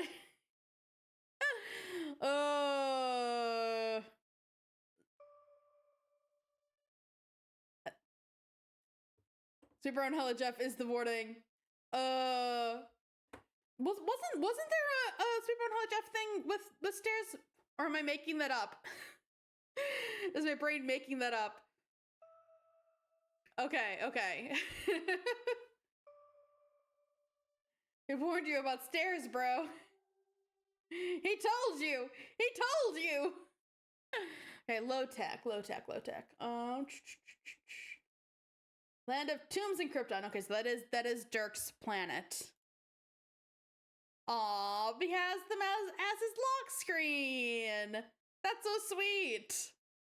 Jake, solicit profound wisdom from your friendly guide. Hello. Erisel sprite. No. Oh, hey there, buddy. I nearly forgot you were bobbing about over there with my emotional dilemmas. Oh, please. As if that loud, heavy sigh wasn't so obviously directed at getting my take on your shitty, boring boyfriend problems. Was I really so transparent? You're a good man, Mr. Aerosol. A good man with a good heart. I'm lucky to have you as a friend. No, you bloody imbecile. I am not a good man. I don't have a good heart, and I am not your fucking friend. I think you may be the dumbest living being I've ever encountered. I don't even know why I bothered. Floating down this little grassy gulch to flip you the daily bird. I must be out of my already tortured pan to bother with any of you over emotional fuckbags. I suppose it's true. You can be a bit of a surly customer. I don't hold it against you, though. You have always been a wonderful source of amusement and companionship in this desolate place. Wow, it's cool I amuse you. That really gives meaning to my joke of an existence. I mean, wow, thanks. Sure thing. I'm just not sure who else to talk to about my issues with Dirk. Okay, why don't you give this person a whirl? Not me. I'm so conflicted. I've enjoyed our time together and all the adventures we've had over the last few months, but as a paramour, he's been overbearing to say the least. I don't know if I have the gumption to withstand another round of needy overtures. Okay, so they are dating. What do you think, Sir Sprite? Should I put the old kibosh the old kibosh on the affair? I hate how you say everything. How can he stand you? Although, frankly, that prospect alone sounds arduous. I wouldn't even know what to say to the poor fella. You're my mystical guide on this adventure. What perchance might you advise? All right, you want some red rom counsel? Well, here you go. I'm of the mindset that when you have a rock-solid piece of ass tied to the dock, you don't bloody well tug the knot loose and shove the fucker off with your heel in your boot. And then another part of me just wonders what the fuck is just said there? Like, that was just a weird sociopathic thought I had. I honestly have no idea how bad I could possibly feel about myself until I became myself, if that makes sense. Your bro has feelings to consider. He's not some slice of grub steak. Why are you consulting with me? I'm a disaster. No, I'm a disaster that shit is... God, his writing, this guy's writing quirk is tripping me up. No, I'm a disaster that shit is emotional pants with thick liquid catastrophe. So don't even come near me. Oh, Mr. Aerosol, you're in rare form today. Fuck you, Jake. I'm not funny. I have no actual clue why you think I'm so funny, so piss off. I should have exploded myself the moment she spawned me. Every day I'm wondering why I haven't blown myself up yet. One time I think I almost did. Then I just thought, meh. I think the truth is deep down I must love suffering. Just like you and what's-his-face and your train wreck of a matespritship. Stop, my sides! Your act is too rich. Thanks, buddy. This is cheering me up at least a little. Shut up! Oh, and you know what else is flippin' bullshit? This hoax that you're implying there's no one else to talk to about this. Talk to a member of your own fucking species for a change. What about Crocker? Try running her day with your wishy-washy rubbish. You're right. I really should catch up with Janie. Maybe don't. Ask Shane for help with this particular brand of problems you're having. Oh dear. Oh, poor Jane. Oh, I do hope she hasn't tired too badly of listening to my problems. The last thing I want to do is give the impression that everything revolves around my various romantic hurdles. Ooh, okay. So you've already been, going to her pretty frequently with advice for your relationship. Oh God, poor Jane. Poor Jane. Revolve around? It's a bit late for that, Jake. Your flushed quadrant is a black hole and we are all being dragged screaming through its event horizon. Yeah, that's pretty accurate. Just talk to Jane and never fucking look at me again for the rest of your life.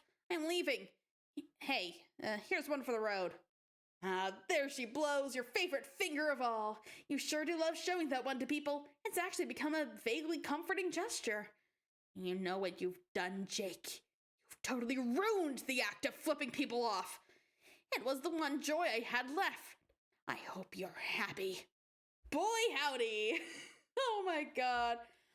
God, that planet looks so pretty. Oh, gorgeous. Oh, there's a banner. Happy birthday, Janie! Fuck. That's her birthday, and she's gonna get dragged into Jake's relationship problems on her birthday. No, don't pester her! Don't pester Jane! Oh, dear. I bet he doesn't even remember it's her birthday, huh? Also, that sprite looks so cool. Well, it looks like a combination of, Pfeffery and Nepeta. Jane, answer. Greetings. Oh, hello, Jake. I'm not interrupting anything, am I? Not really. Roxy and I are just setting a few things up here. I see. I would be happy to message you again later to see if it would spare you any inconvenience. No, it's fine. It's really nice to hear from you, actually. I was starting to worry you might have forgotten. Forgotten? Oh no. Forgotten what now? Her birthday! You jerk! Never mind. Oh wait, don't tell me. Is it a tomb or a crypt or some such? Are you preparing for another grist-seeking expedition? Oh shoot, did you schedule my assistance for the raid and I forgot all about it? No, Jake, we didn't need your help raiding a tomb. But thanks for thinking of us. I don't know what this clueless pair of damsels would do without you. Blast. Well, what in the name of Willie Howard Taft's great tub-choking bottom could I be forgetting then? This is gonna drive me crazy. Can you give me a hint? Yes, it has to do with the day I was born, which was almost exactly 16 years ago. Of course, your birthday! Did you get Roxy's invitation? It was my understanding that she gave you and Dirk notice weeks ago. Yes, that's right. Now I remember. The date sure snuck up on us quick, didn't it?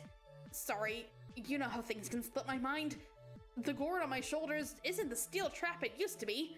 Nothing like the well-oiled puzzle buster you've got up there. Uh-oh. Uh-oh? Oh no.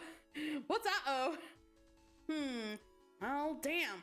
Looks like the egg monster took quite the spirited dump on my face this time. Jake, what? It means he's saying he has egg on his face. I feel so dumb.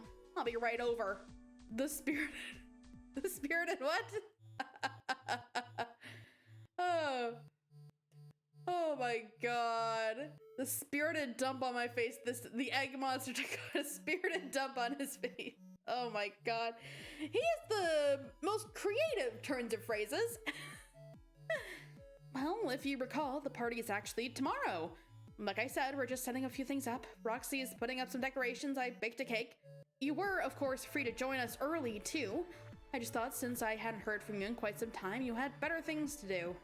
You baked a cake for your own party? Yes, so? I don't know, something seems amiss about that. Is that against tradition or inviting bad luck or something?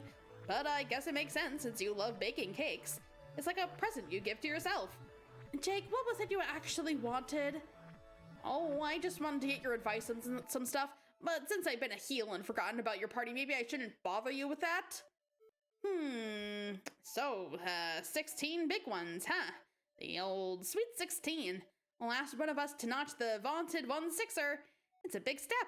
I knew you'd make it. I always said I believed in you, didn't I? Just kidding. The inexorable nature of time's passage virtually assured us you would get that old, so you didn't really have to have anything to do with it. I mean, not that I don't still believe in you. I do.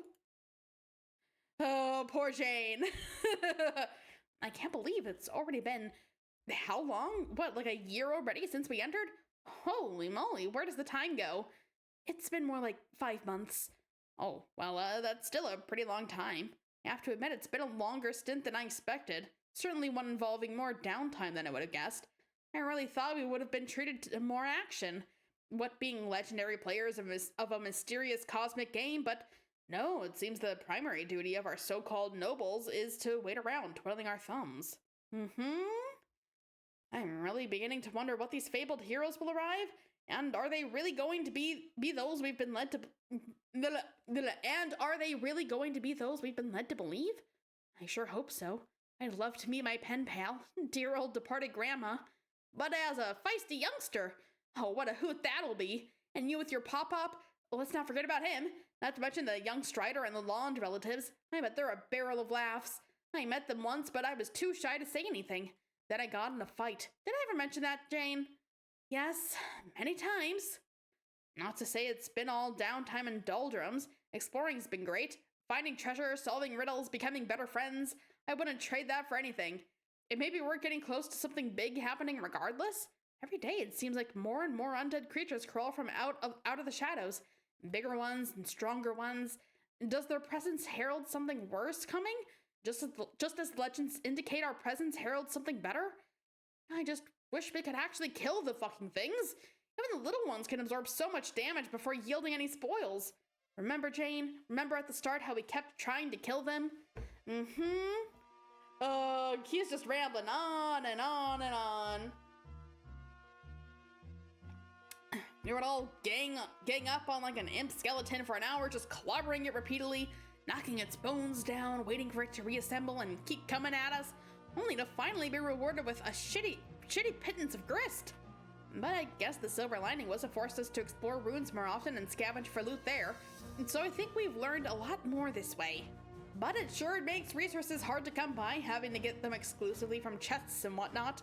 Sometimes I wonder if we've been missing out on a really rewarding part of the game by neglecting to build up our houses.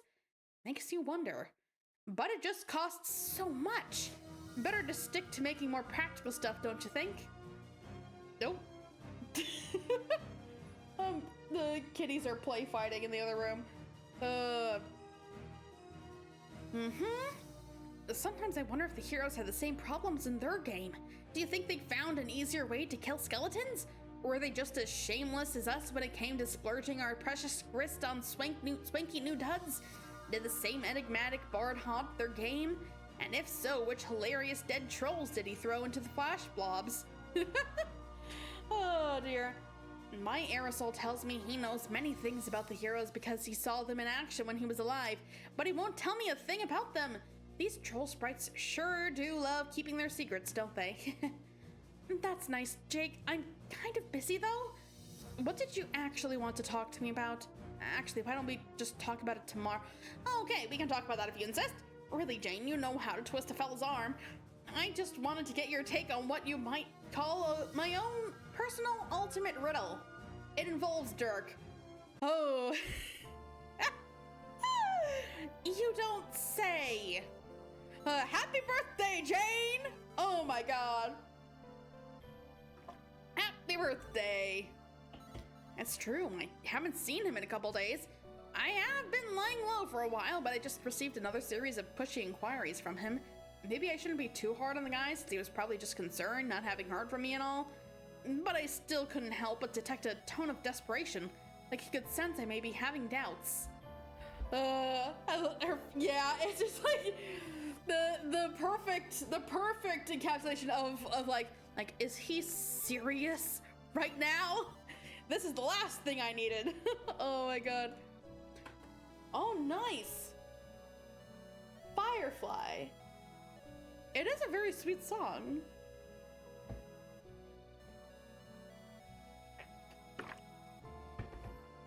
And make sure you guys are hydrating too. Hydrate or dehydrate. But yeah, but like, dude, it sounds like you practically ghosted him for a couple days. I mean, yeah, he'd be concerned.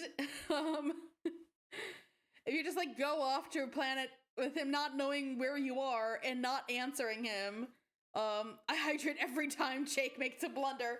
I'm now made of liquid. that is a good. That's certainly a good way to get your 8 cups in. Oh my god. Oh. Like he could sense I may be having doubts. This kind of thing has been all too common, unfortunately. I'm not sure it's going to work anymore. He can be so needy. If only he could just relax and trust that I won't spontaneously tire of his company. Although the irony, I guess, is that his overbearing tendencies are beginning to fulfill his own paranoid prophecy. It's such a shame. We've had so many capital adventures together. I don't know why he has to be like this. He always was an intense fella, but in person, holy cow. I wonder if it has to do with the fact that he grew up alone in the middle of the ocean. Now he doesn't know how to deal with people without suffocating them. But then again, I grew up under similar circumstances, and I think I turned out pretty much okay socially. At least I hope so. Do you think so, Jane?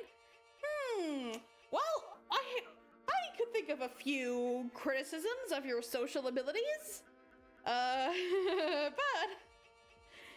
maybe this conversation could have waited until after her birthday. Oh my god. Actually, it just occurred to me. It's funny he didn't mention your party in his text. I'm sure he wouldn't have forgotten. He never forgets anything. With all his calculations and his computerized brain, both figurative and literal. I wonder what his game was. He invited me on an expedition without mention of your party as a potential conflict. Oh god. Oh, poor he is such a well-meaning, lovable idiot. If he sensed I could use some space, perhaps he was concerned that if we both showed up to the party, it would be awkward? Maybe he didn't want to mention he was going to the party in case it would spook me away from attending? Ugh. Do you see, Jane? This is what his endless machinations do to you. Anything he says could be part of some grand convoluted scheme, and it just makes you agonize and boggle and wonder until your brain hurts and you just know it's a battle you can't win. Do you know what I mean, Jane? Do you think I should just bite the bullet and end it? It's probably the right thing to do. Boy, am I not looking forward to that conversation, though. It's gonna be a doozy. What did I get myself into here? I think I've made a lot of mistakes, honestly. Not the least of which was getting this shitty tattoo, now that I think about it. Yes, I know we all thought it was a riot at first. Guess it still is, maybe. Lately, I've been wondering if it might not have been an act of sound judgment. Can you believe that, Jane? I don't know. It's a real pickle I'm in here, but I do feel better just being able to get it off my chest. You're such a good friend, Jane. Always ready to listen to my relationship woes. What a trooper.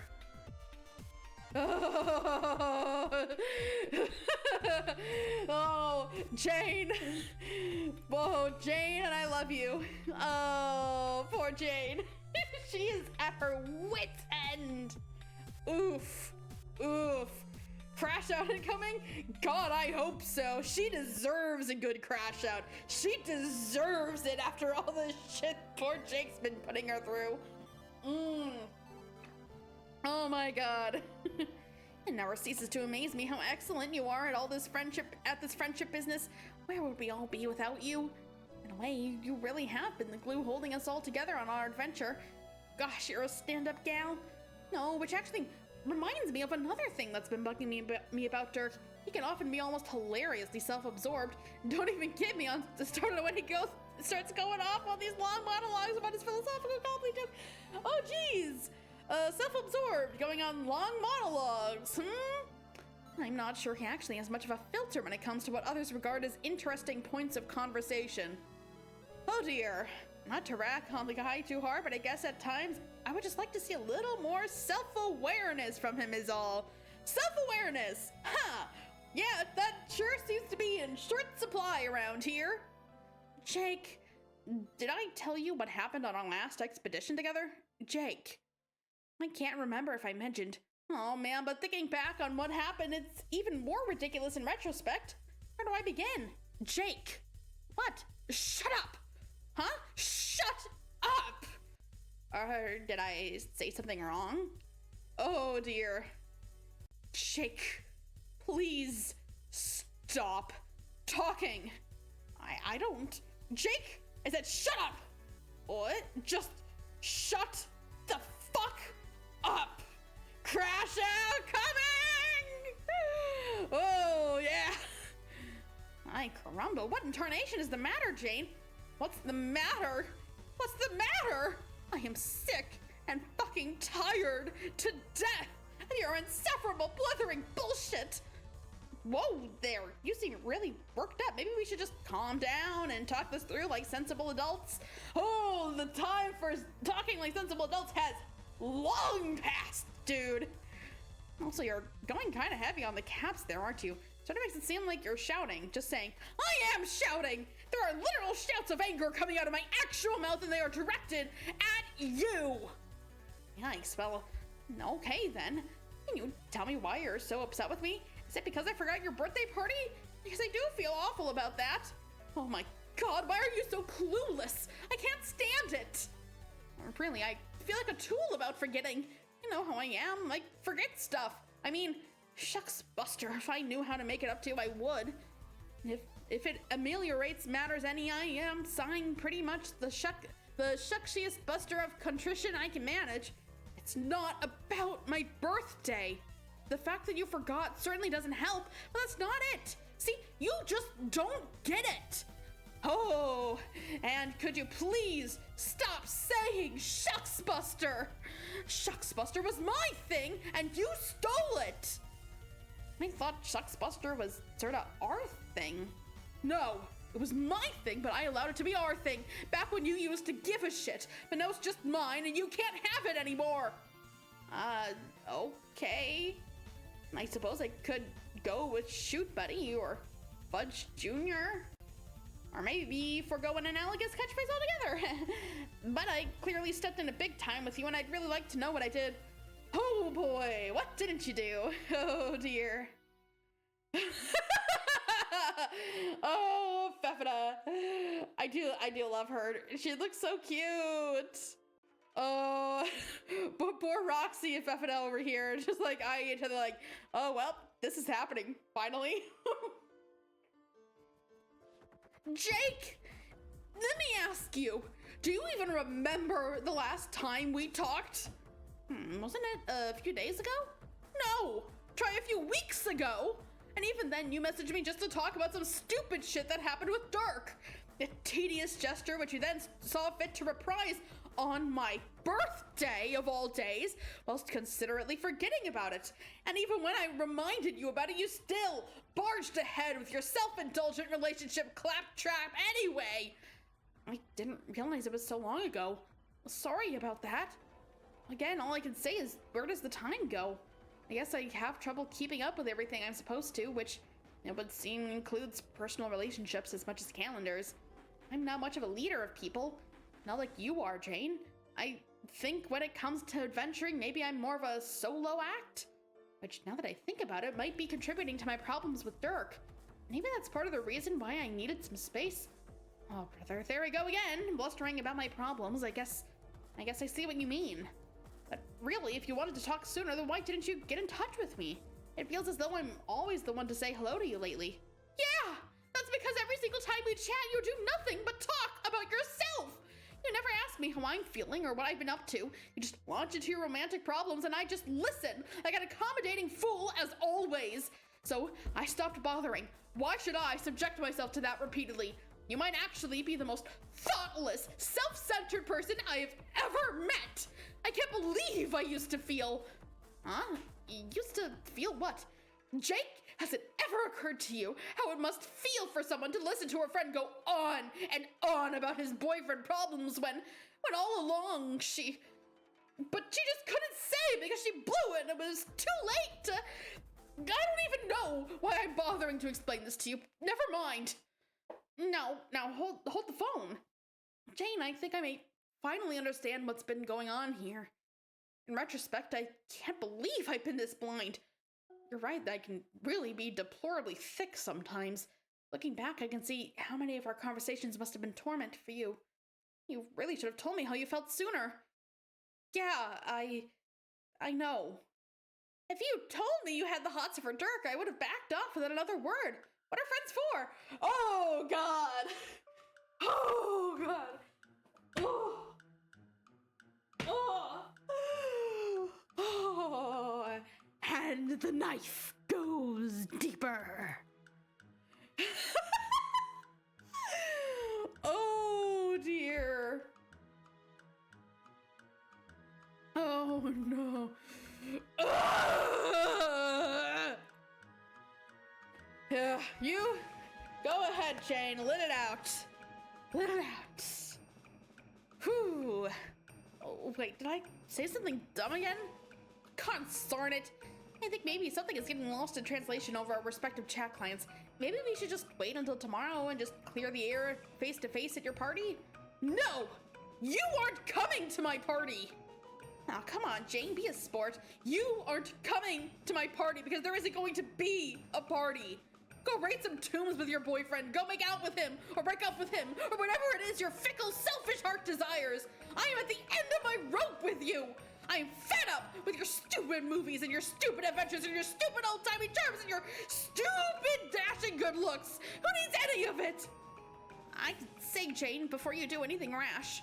Oh, will you please just shut the fuck up, Buster! Poof. Oh my God. Yeah, you tell him, dude. Oh dear. Though I don't think the, oh dear. Oh dear. Jane, Janie, you okay there?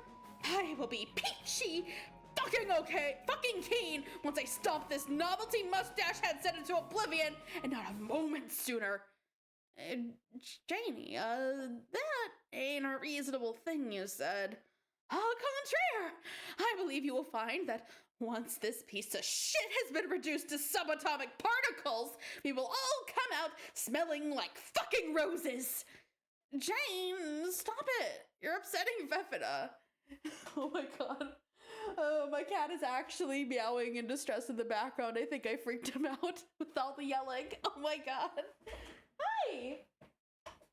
Hi. I'm sorry. Okay. Hi. Oh, I'm sorry. Hi. Oh, and actually, no, you know what? He might just be wanting treats because it is around the time I give them some treats around feeding time. Oh my God. Either way, I'll accept the snuggles. I'll accept the head pats. Hi. Hi, Boomer. Hi. Hi.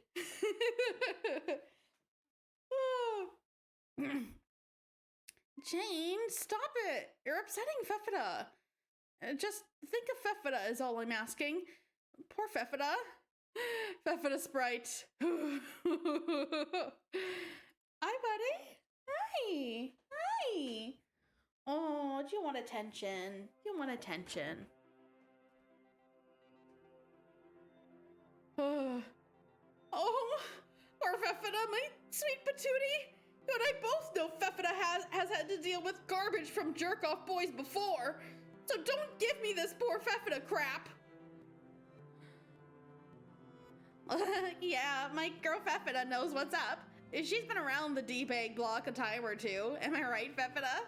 Shit, yes, give me a paw bump. Bump. Jane, you want in on this action. Come give us a fistful of sugar, complete the three-way for max girl power and solidarity against dumb dudes. Janie, geez, don't leave us hanging here. Ugh. Fine. Jane, that was the piss-poorest paw bump I've ever seen. That was like a negative bump.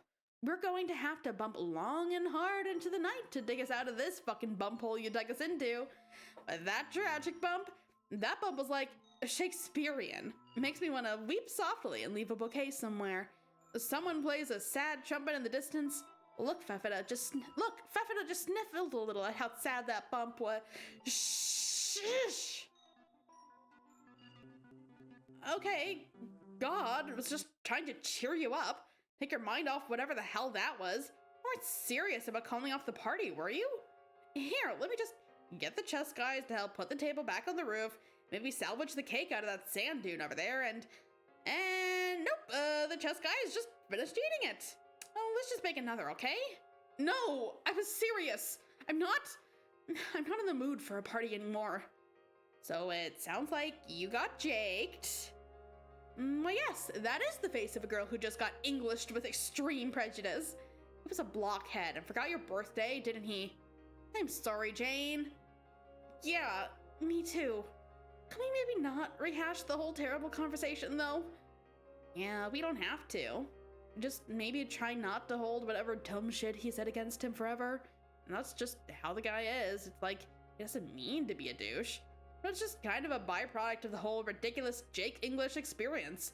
Like his dunk-out shenanigans leave behind a residue that looks like douche and tastes like douche, but ain't the real thing. Like, douche substitute. I can't believe it's not douche. I'm just trying to say not terrible things about him in hopes you don't start hating each other, but I guess this isn't what you want to hear now. So, yeah. I guess Jake's dumping Dirk soon? Like their writing wasn't so on the wall with those two from day one. Poor Dirk. I've wanted to say something to prepare him for that, but never had the heart to bring it up, I guess. What can you do? Hey. But the silver lining is, I mean, if you can forgive him for shitting on your B-Day and stuff, maybe this is finally your chance to make a play for the J-Man? Roxy, please! As if that isn't the furthest thing from my mind right now. I am so done with that whole train of thought. And so you really think you're just completely over him? Yes, sirree! If Jake's the rainbow, then just call me a little house from Kansas. Whee! Oh, wait, really? As in, like, you don't give a shit if he dates anybody, or... I see. Interesting. Wait, what? What the hell is that supposed to mean? Nothing. It was just a joke. It was a joke. Was it really? Okay, maybe not a total joke, but still mostly a joke. I'm only trying to... I don't know. Roxy, I get you're trying to make me feel better, but a lot of things you're saying here aren't really helping. Do you even realize what you're saying half the time? I think I liked you better when you were drinking. Jane, no. Don't say that. I had a problem. Okay, yeah, I was way out of line there, and I'm sorry.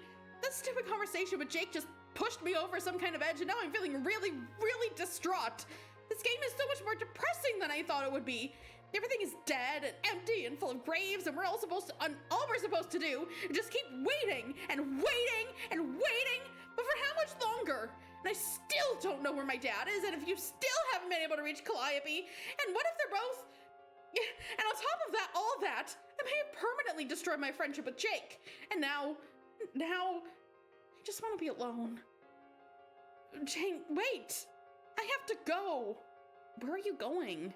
Abscond. You throw! Woohoo! Nice abscond! Ooh, home! Oh boy, well that was a lot. Ooh. Good lord. All my friends are being disasters. Well, looks like it's just us. Party night with G-Cat and Fefita. Fefita? Ah, dang it.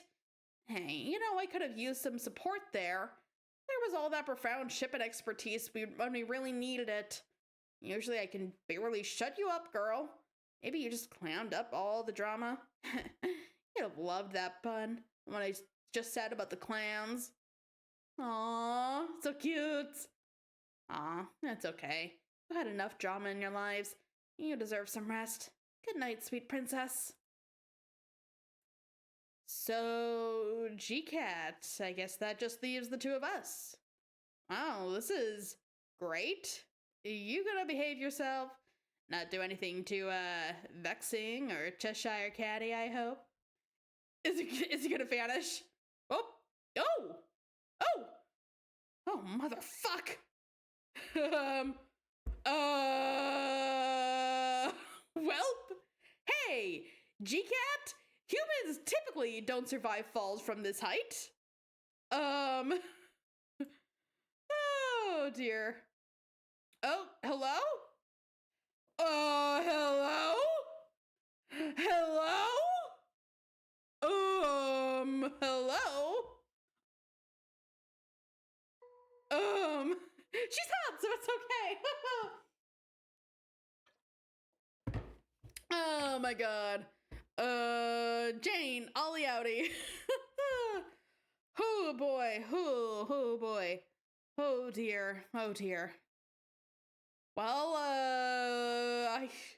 God, I hope Roxy's gonna be okay. Oh god, but poor Jane. Oh, answer? Oh, hey, the new text color stayed over. Nice. Crocker, hey, it's me. Remember me? What the? Damn it. Oops. No, hold shift. Nostalgically? Yes! You've got to be kidding me. You're the absolute last person I want to hear from right now. At the bottom of that list is pretty competitive territory at the moment. Don't be like that, you stupid earth cow. How are we supposed to be becoming friends if you recoil from my olive branch, like I'm flailing a withered mummy's severed limb in your direction? I don't want us to become friends. We all thought you were gone for good, and we liked it that way. Please don't tell me you found a second wind of petty trolling in you.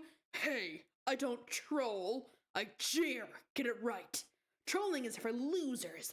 Losers specifically who are trolls. Whatever, and what's with the ugly green text? Reading your malformed sentence fragments was unpleasant enough as it was. I borrowed it from my sister, and shut up! It looks great! And is no uglier than you, who I can see now with ease, for the record. Whom you can see, moron. And no, you can't. Calliope said you couldn't see us at all in our game session, so I think you're lying. Am I really? When right now I am looking at a homely female in dumb blue pants, sulking in a gray place, typing on a computer with a strange human face? Oh dear God, why? My power has grown considerably since I last cheered you. Your power, yeah, you just happened to come across a big satellite tower that allowed you to be able to see them. It has nothing to do with your power growing, so, I have made remarkable strides on my sacred journey towards important adulthood. On this bullshit planet which used to be your home, I found many keys and unlocked many holes, and now I can see more and learn more than you could ever fucking dream. How wonderful for you. I don't care how all-seeing and all-powerful you think you are. If your intent is to waste my time with more of your pitiful bullying, you're out of luck, because that is exactly not the sort of crap I'm in the mood for today. Toodaloo! Wait. I think I got off on the wrong foot. How about we, gnaw that one off and start over? I was trying to pay you a compliment. Gnaw off the wrong foot. My people aren't meant to like anybody, get it? I mean, not the way humans do. We don't have the human emotion called, love. We spontaneously start mashing keys when we are forced to even type the word. Other relationships are dictated by the miracle of hatred. So when I use bad words toward you, that's just me saying things to try to know you better. Like, socially, as a friend.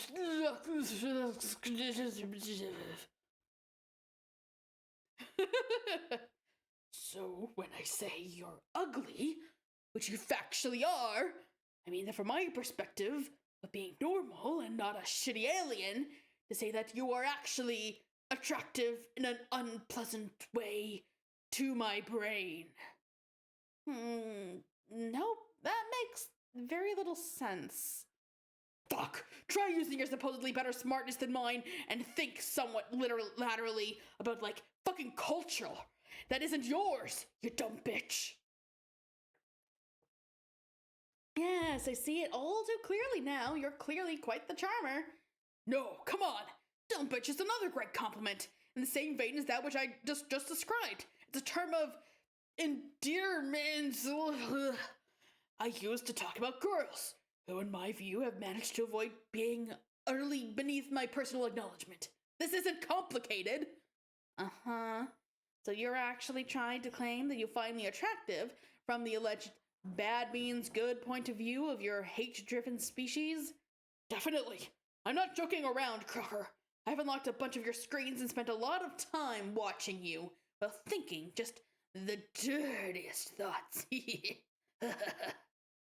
Dude, that's so creepy, even though we know that your, quote-unquote, dirtiest thoughts is, like, holding hands. Still watching her the entire time is pretty creepy, and wording it that way is also, horrible. Just leave her alone. Ew, you pig! The other female, too. Let's not forget your squad's backup, bitch. How nasty is she? Just so foul. And the things you get up to with one another. Oh my. You don't even cite the altercation with your puffy slumber loaves? Excuse me? My compliments in particular on your colorful undergarments, while bouncing up and down on the soft human sarcophagus. Oh, that's just great. The one time we had a generic girly pillow fight, and it turns out some pervert was watching us. I think I need a shower, assuming I can ever take one again in peace. Don't worry, you can't. Oh, dude. But seriously, Jane, I call you Jane. Bitch, listen, you are one grody harlot, which means good, bad things to me. Let's remember, when I unlocked you, I don't know, maybe I've changed, maybe just you, since you turned older, but you've really filled out since I last saw you before. What? Really? Hell yes. I do enjoy a meaty bitch with a little clout. What do you mean exactly by clout? Whoa, I think you know. When physical proportions of the bitch kind of jut out exuberantly. Do you mean why am I even having this conversation? I just have a weak spot for the above average heft of your parts, which wobble the most. Now do something nauseating for me to watch. I want to see a tawdry act of hardcore schmaltz. See that rock over there? Pretend it is the other insolent bitch. Act a little nervous with your idle hand. Graze one of your more bulbous locations instantly. Then ask the rock if it wants to fall in love. Ooh. Oh my god. Don't you just love him? No, actually. I kind of hate him the longer he talks, actually. Oh my god. Oh, yeah, poor Jane. She's having the worst day ever. Oh no. God, I feel so bad for her. This day could not be going any worse. Ugh. What? No! Are you insane? I don't care where you are or what the hell it is you unlocked to spy on me. What? You hate the main villain of the story? No! Wow, it's almost like he is supposed to be unlikable. You weren't allowed to just sit there all day leering at my boobs. Your what? What? Wait, what were you talking about? No, tell me what those things you said are. I'm so enticed. Screw you! Tell me what you were getting at with all that. The stuff about clout and my bulbous locations. I was just saying, my taste prefers when the buxom shrews physique puts a healthy dent in space-time. Space-time? I like how salty it is when a bitch grows out of her skeletal phase and her frame really begins to challenge the horizontal dimensions. What? When the female rump starts getting more mileage out of its wideness attribute, more bang for its boonbuck. It excites me better when bitches punish the ground with each megalithic footstep. Shut up! I'm not fat! Jane, bitch, I have new orders. You will strip to the scanty pair of party pants and the cloth chest piece which you wear under those plain rags. Then find a naughty patch of mud and roll around in the mud like an earth pig, flaunting for me your slippery and swollen porcelain physicality, and maybe grunt some decadent poems through your snout about some shit-face you Ugh. Oh, yes, that would be wretched. Go fuck yourself! Wait, don't shut me out! Remember what I said about our different cultures or whatever. Have a fucking open mind, Jane. I made you a present for your birthday. Whatever that actually is. See how I make an effort to understand your customs? Meet me half of the goddamn way. Oh, cripes. What is it? A sublime artistic portrait. Remember how I said my power was growing with each day? This applies as well to my prowess as a draftsman. Oh, goodness, no. You poor delusional thing. I don't care what progress you think you've made. You will never be a good artist, dear. Horseshit. My illustration is stunning. It is nearly a photographic representation of your odious milkshake. Now park the industrial load of freight you declare a bottom and feast your eyes on my fucking excellence. Okay, oh, let's take a look at this. Bad Ugly Horror. Wow. Fantastic. Wow. Hooray. Yeah, art. Don't you love it? Wow. Ugh. I believe I have chosen the perfect shape for you. It is described in certain circles knowledgeable of the arts as a circle. It's a nice circle, I guess. But Jesus Christ. I am very pleased with how faithfully it has captured the obscene roundity of your magnificent carriage. Truly a spitting image of the Crocker bitch. Now listen carefully. You might learn something. The masterpiece aficionado will notice how I achieved this highly advanced and difficult shape. What most gifted artisans will tell you is that circles are basically fucking impossible to draw. Trust me, it's like a paradox. A shape without angles? What? So I fucking cheated. I navigated the irrational parameter by making a lot of easily understandable, totally logical marks, forming a whole bunch of little right angles. The cheating part happens when I do this a lot, so it goes in a round direction. This one came out well, I think, but there's room to improve. I've theorized that if I keep making bogus circles like this, while drawing more and more angles, but smaller, so small that you can't seeing them, that the illusion of the circle will be complete, and people will believe in the fake circle like a bunch of suckers. I bet nobody has thought of that circle strategy. I think I'm the first at this idea, and best at it already. People think I'm dumb, especially the voice in my head, and they may be right about me being dumb, but when it comes to the special way I do things, which is actually always the perfect way, I am a genius! Yeah, dude, no offense, but pixel artists did it better. That is the most pointless and incomprehensible load of drivel I have ever read. Your portrait is every bit as abysmal as I was expecting.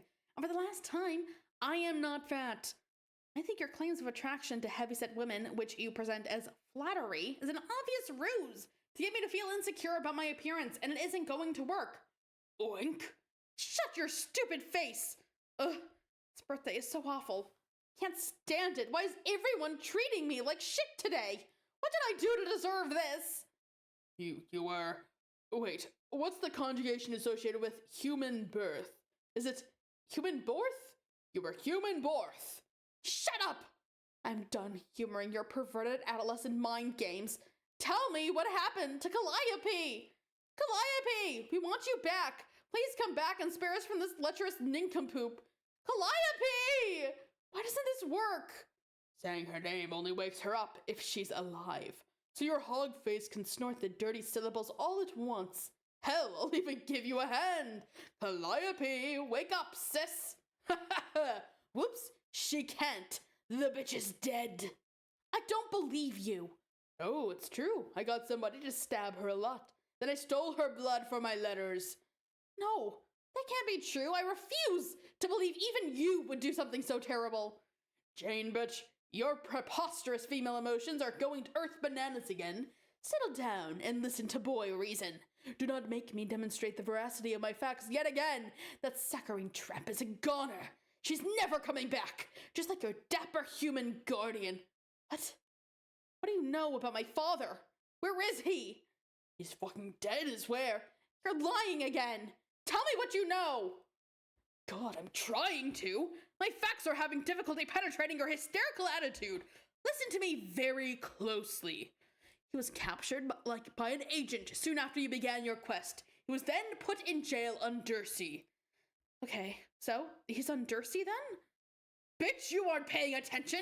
Do you know anything about the prison system on Dursey? It isn't like the soft time you do on Prospect. I bet they never spent any time in the joke they call a slammer there, let alone on Dursey. I suppose you have? I was not very well behaved. I did more than my share of time. Chained to the wall of a cell. Like I wasn't so used to that. I was like, do your worst. And they did. Dursites do not treat their prisoners good, to say the least. I was only able to survive the brutality due to my exceptional constitution, and even to some extent, my ability to enjoy anguish. But your pathetic, frail human dad is a different story. There's no doubt at all that he is dead by now. Oh, don't say that! Shut up! You really should believe me. I've unlocked many of his screens just like yours. You should see how they treated him. The horror he experienced must be difficult for a human girl to imagine.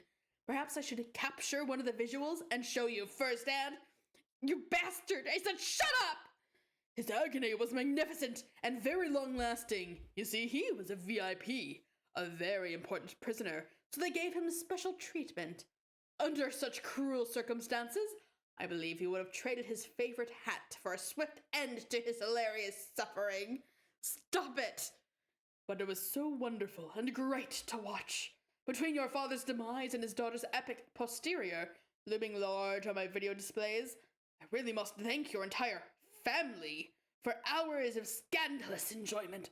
Shut up, shut up, shut up, shut up, shut up! Fuck you! He's not dead! My dad's fine, I'm not fat, and I hate you! I'm never talking to you again! And stop watching me! Keep absconding.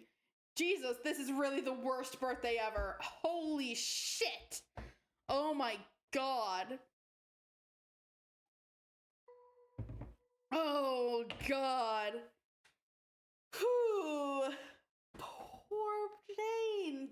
Oh god. Oh. Sad jump. Oof. Examine sleazy Dursite rag. Let's see what's in the news today. Okay. Jailgate, diplomatic gridlock, white shell mendacity at all-time high. No surprise here, the Archagent is dominating the headlines yet again. Already approaching day 154 of this debacle. It's a big day for your kingdom. Hard to believe it's here already. Time sure flies when you're being smooth and well-dressed. The article covers the usual tedious politics surrounding the negotiation of his release.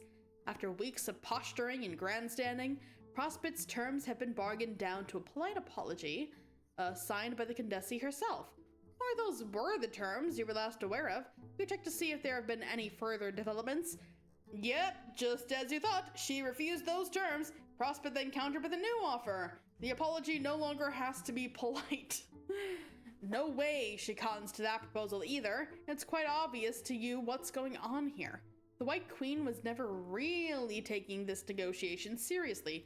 She's been submitting frivolous proposals which she knows perfectly well the Condesi will refuse on principle, daring her in front of the whole kingdom to swallow just an ounce of pride to get her agent back. This makes her look petty in the tabloids if she refuses, which was always inevitable. Because as everyone knows, a queen is a vain creature, even alien sea queens. And you thought the kingdoms were locked in a stalemate before new management took over. Whew. The press has run the story so far into the ground you can barely bring yourself to keep up with it anymore. Sensationalism at its finest. Not that you're really itching to see Noir get his old job back.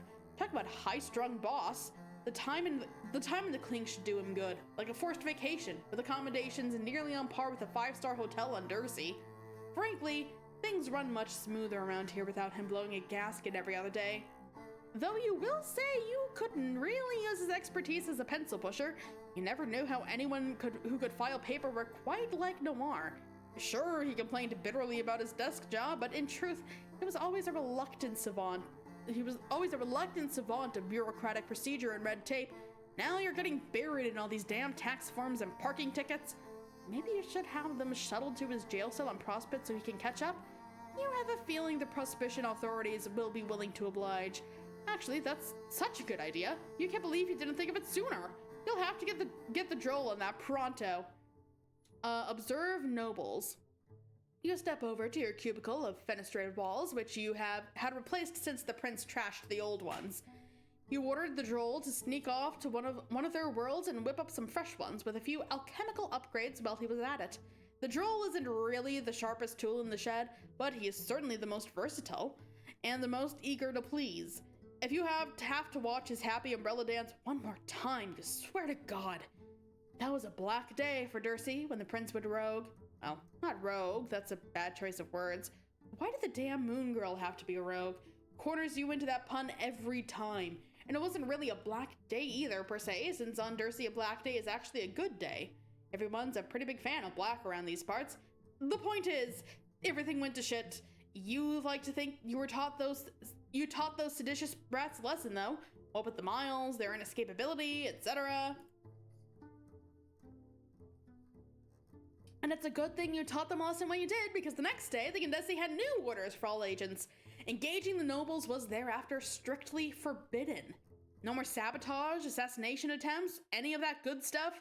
Not until the heiress's wriggling day. Then all bets are off. Who's the heiress and what's a wriggling day, you asked? The heiress is the maid.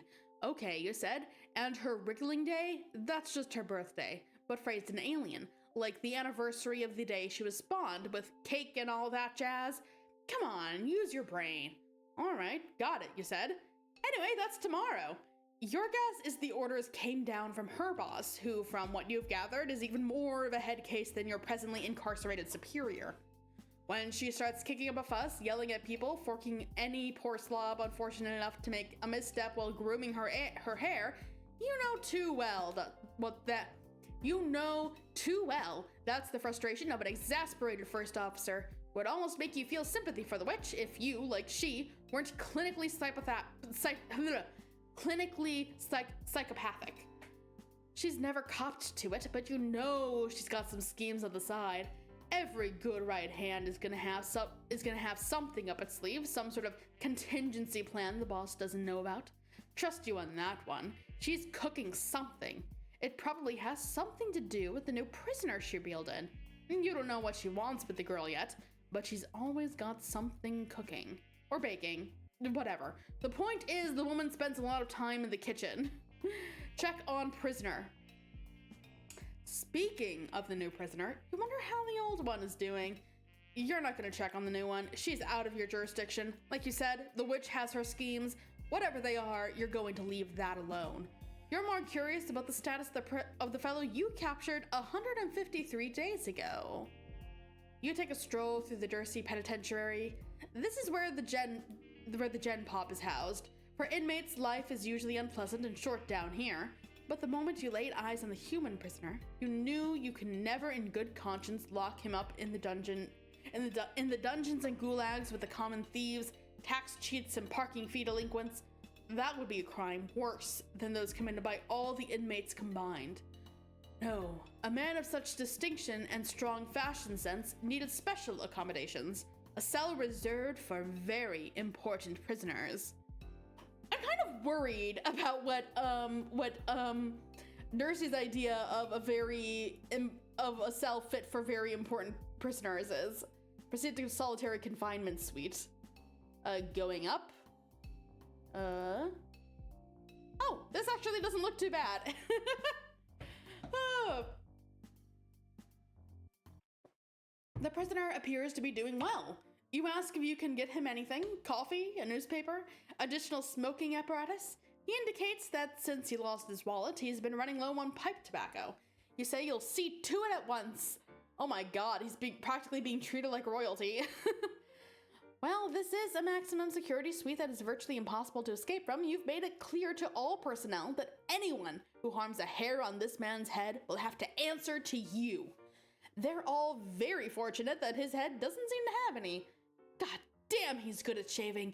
You're not afraid to admit your envy when it comes to his prowess with a straight edge. Not even to speak of his natural ability to grow whiskers in the first place.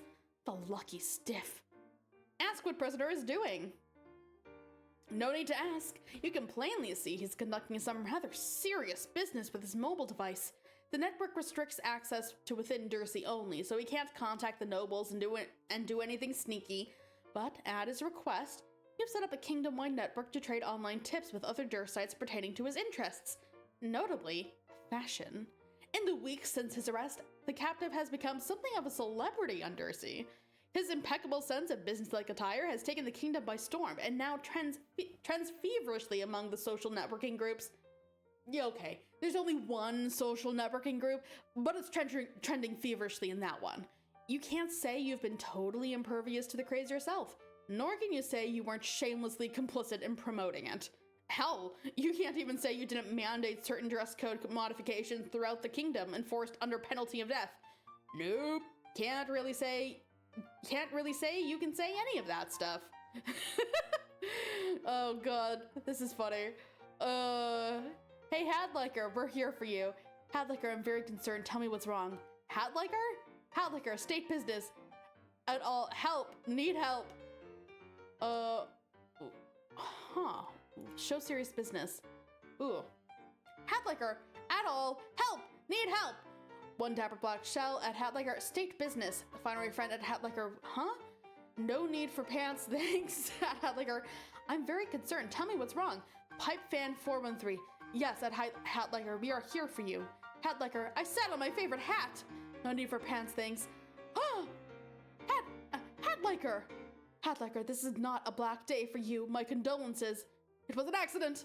Afraid hat is ruined. Please advise. Hadliker, are at least socks okay? Want more socks? Yes, socks are okay. Hadliker, did you sit on socks too?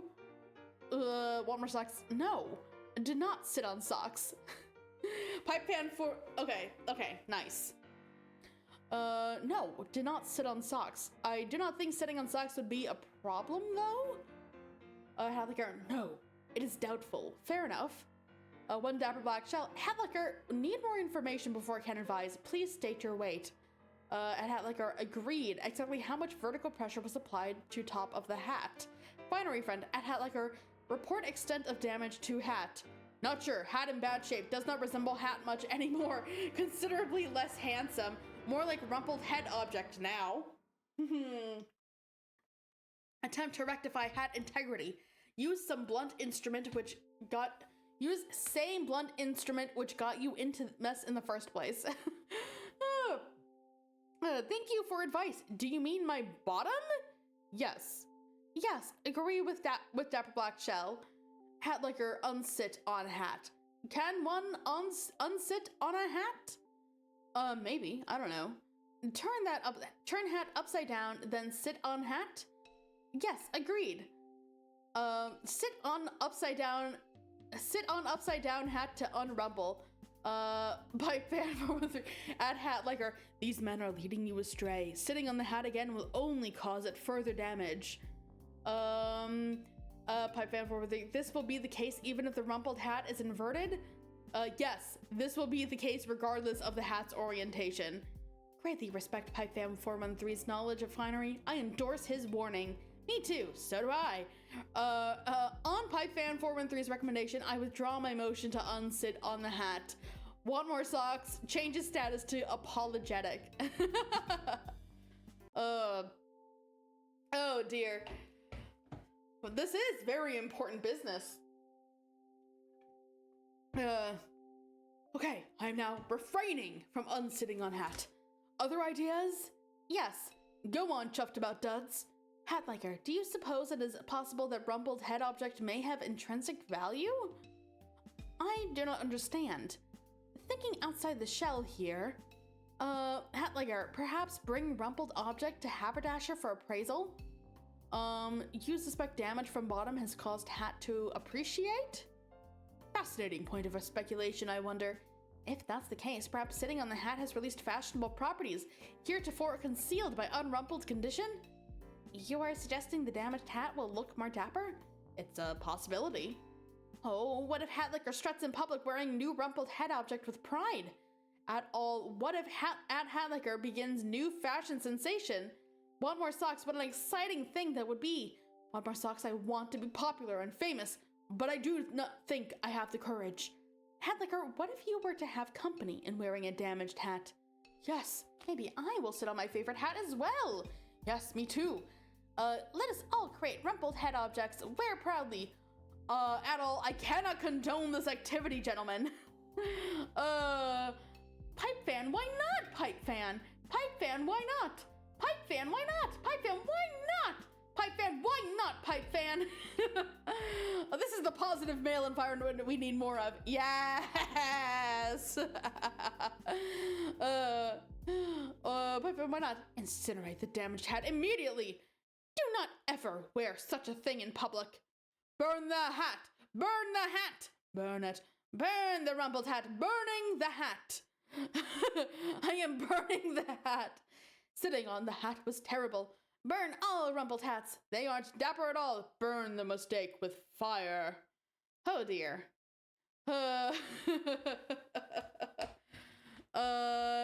Yo, I can't deal with this prissy hat chat no more. Public works, my ass. What a waste of royal gold. Is that the Empress? She just says to bowing. This is what I get for letting all proper dudes run shit instead of nasty clowns. I love that the contestant still talks like Mina. Yeah. I want my ring back, motherfucker. Years in the future. Minus several. Okay. Hey, it's Roxy. Examine Wizard Fic Journal. Wizardy Herbert. Open to random page. Dude. I think you were supposed to just tackle him. Beatrix said, looking all kinds of something off. Come on, show. Yes. I think you were supposed to just tackle him, Beatrix said, looking all kinds of put off. Wizardry Herbert reached down to the body of the fictional camper he just shot and picked up the flag. Same difference. Is it? This is some lame magical version of capture the flag. The book wanted me to capture the flag from him. The flag has now been captured. Anyway, he's just kind of brainless puppet. Then what are we? I don't know, she asked. I don't know, brainless puppets who spent a few years in the real world. Kind of like everyone else, I suppose. Jeez, that's cynical. Anyway, you're the one who said we should let the story play out the way it's supposed to. I'm just pointing out your own rules. Yeah, yeah, we are. We have about 10 minutes left. Thanks for pointing that out. I would have missed it. I do have to end on time today. I can't go long. Jeez, that's cynical. Anyway, you're the one who said we should let the story play out the way it's supposed to. I'm just pointing out your own rules. Oh, you do have a thing to fill 10 minutes? Okay, I'll finish this page, then we can do that. Herbert made a dismissive gesture with his smoking gun. These punks were starting to get on my nerves. We're making progress anyway, see? Listen to that. Okay, you want to just, oh yeah, this is longer than I thought. Okay, yeah, we'll start at this page next time. Yeah. Yeah, we can do that. Okay.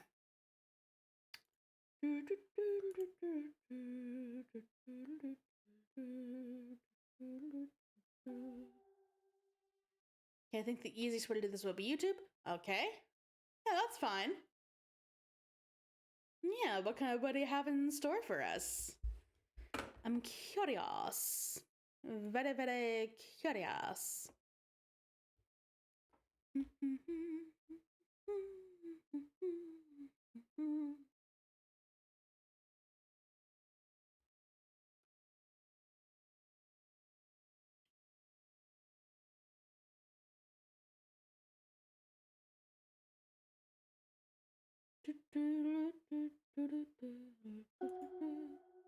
Oh, the fan animation. Nice, nice.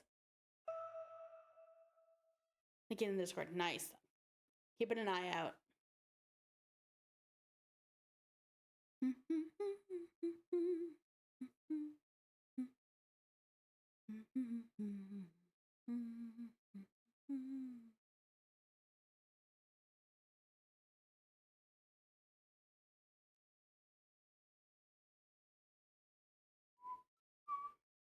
Okay, here we go. Hold on. I'll bring this up.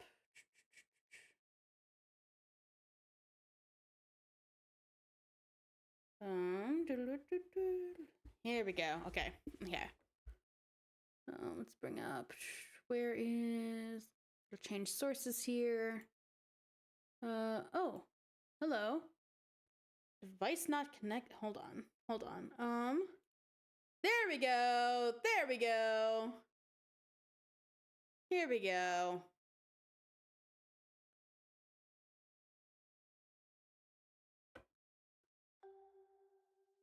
Yeah, let's go.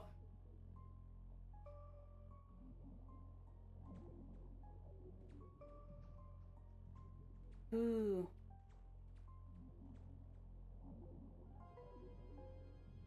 Oh, you can't hear? You should be. Dang it. Here, let me try turning the volume up a bit. There. Yeah, okay. Okay.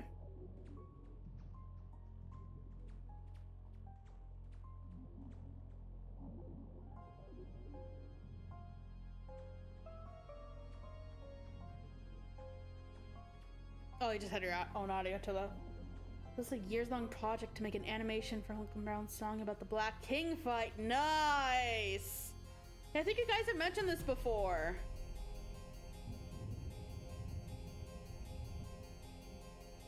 Ooh.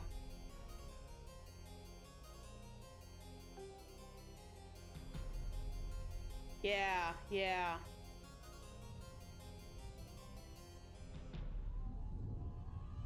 Ooh.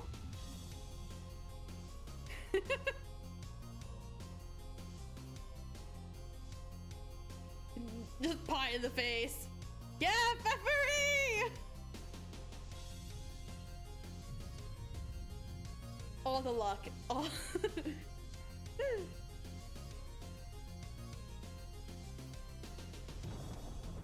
Ooh. God, the king looks so cool.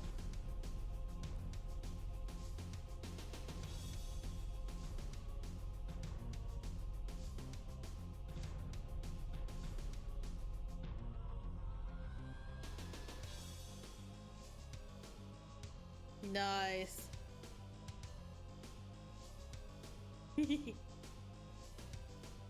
Just slicing and dicing.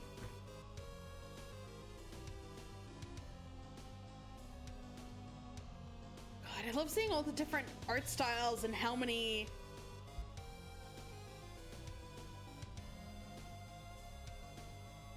God, just how much work must have gone into this. Yeah, God, you look so cool. I love how Malcolm Brown uses all the Trolls musical motif. Yeah. Like, this is great composition. Like, musically speaking. Like, it very clearly tells a story in a specific order, the specific events.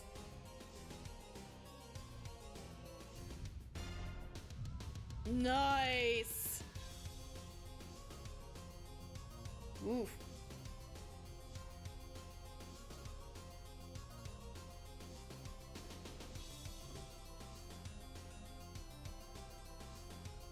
We still have unusual size. Yeah. Oh no, he broke the bow.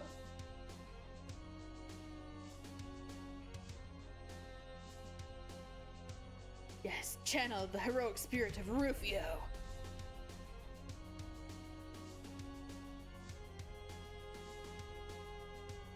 Oof.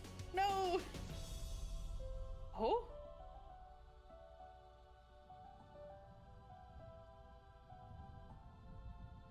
God, that outfit was so cool. Yeah.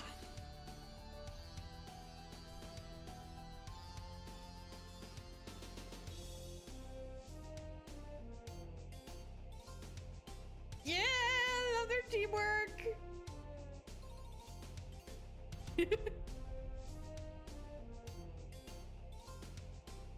Aw. Yeah, launcher. Nice.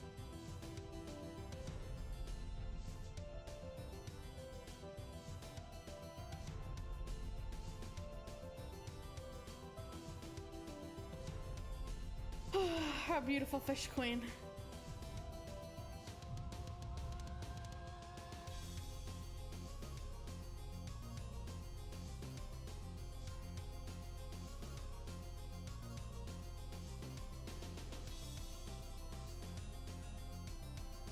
Oof. Yeah. God, this is also cool. They're all working together.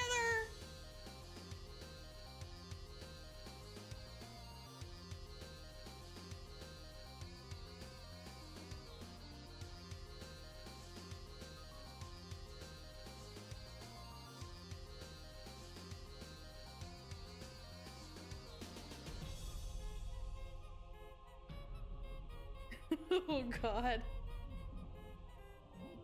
Oh dear.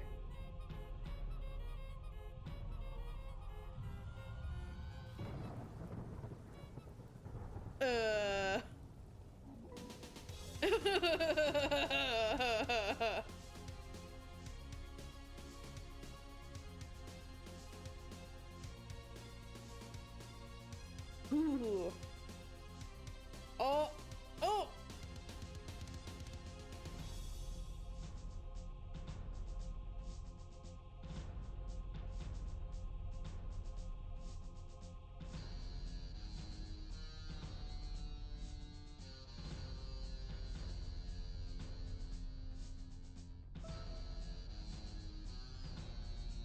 Gosh, it looks so cool.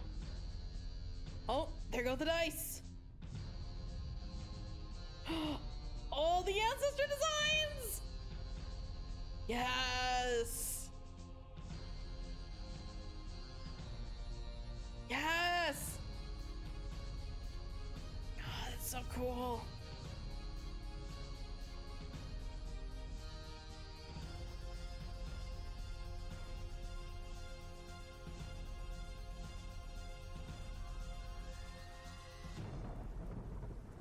Ooh. Oh, like going out from the cloud to the actual physical event. Oh, I loved that.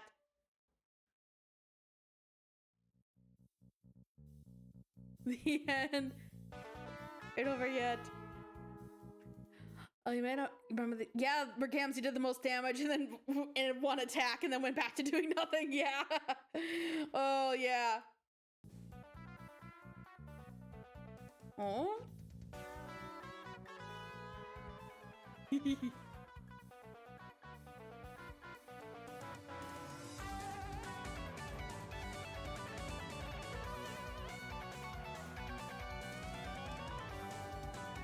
Yeah.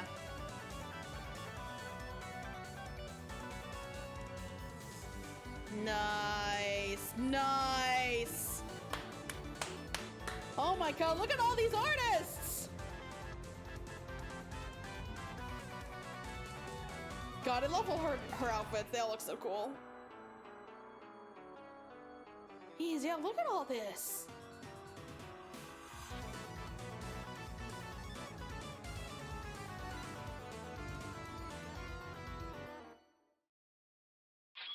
Yeah. Oh my God, yeah.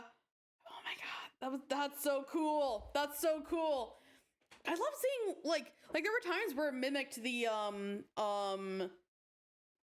original like the canon style really well and but like I really loved seeing like able to see like all the different styles and the no clean justice for Kanea. Sorry Kanea, you used them all up.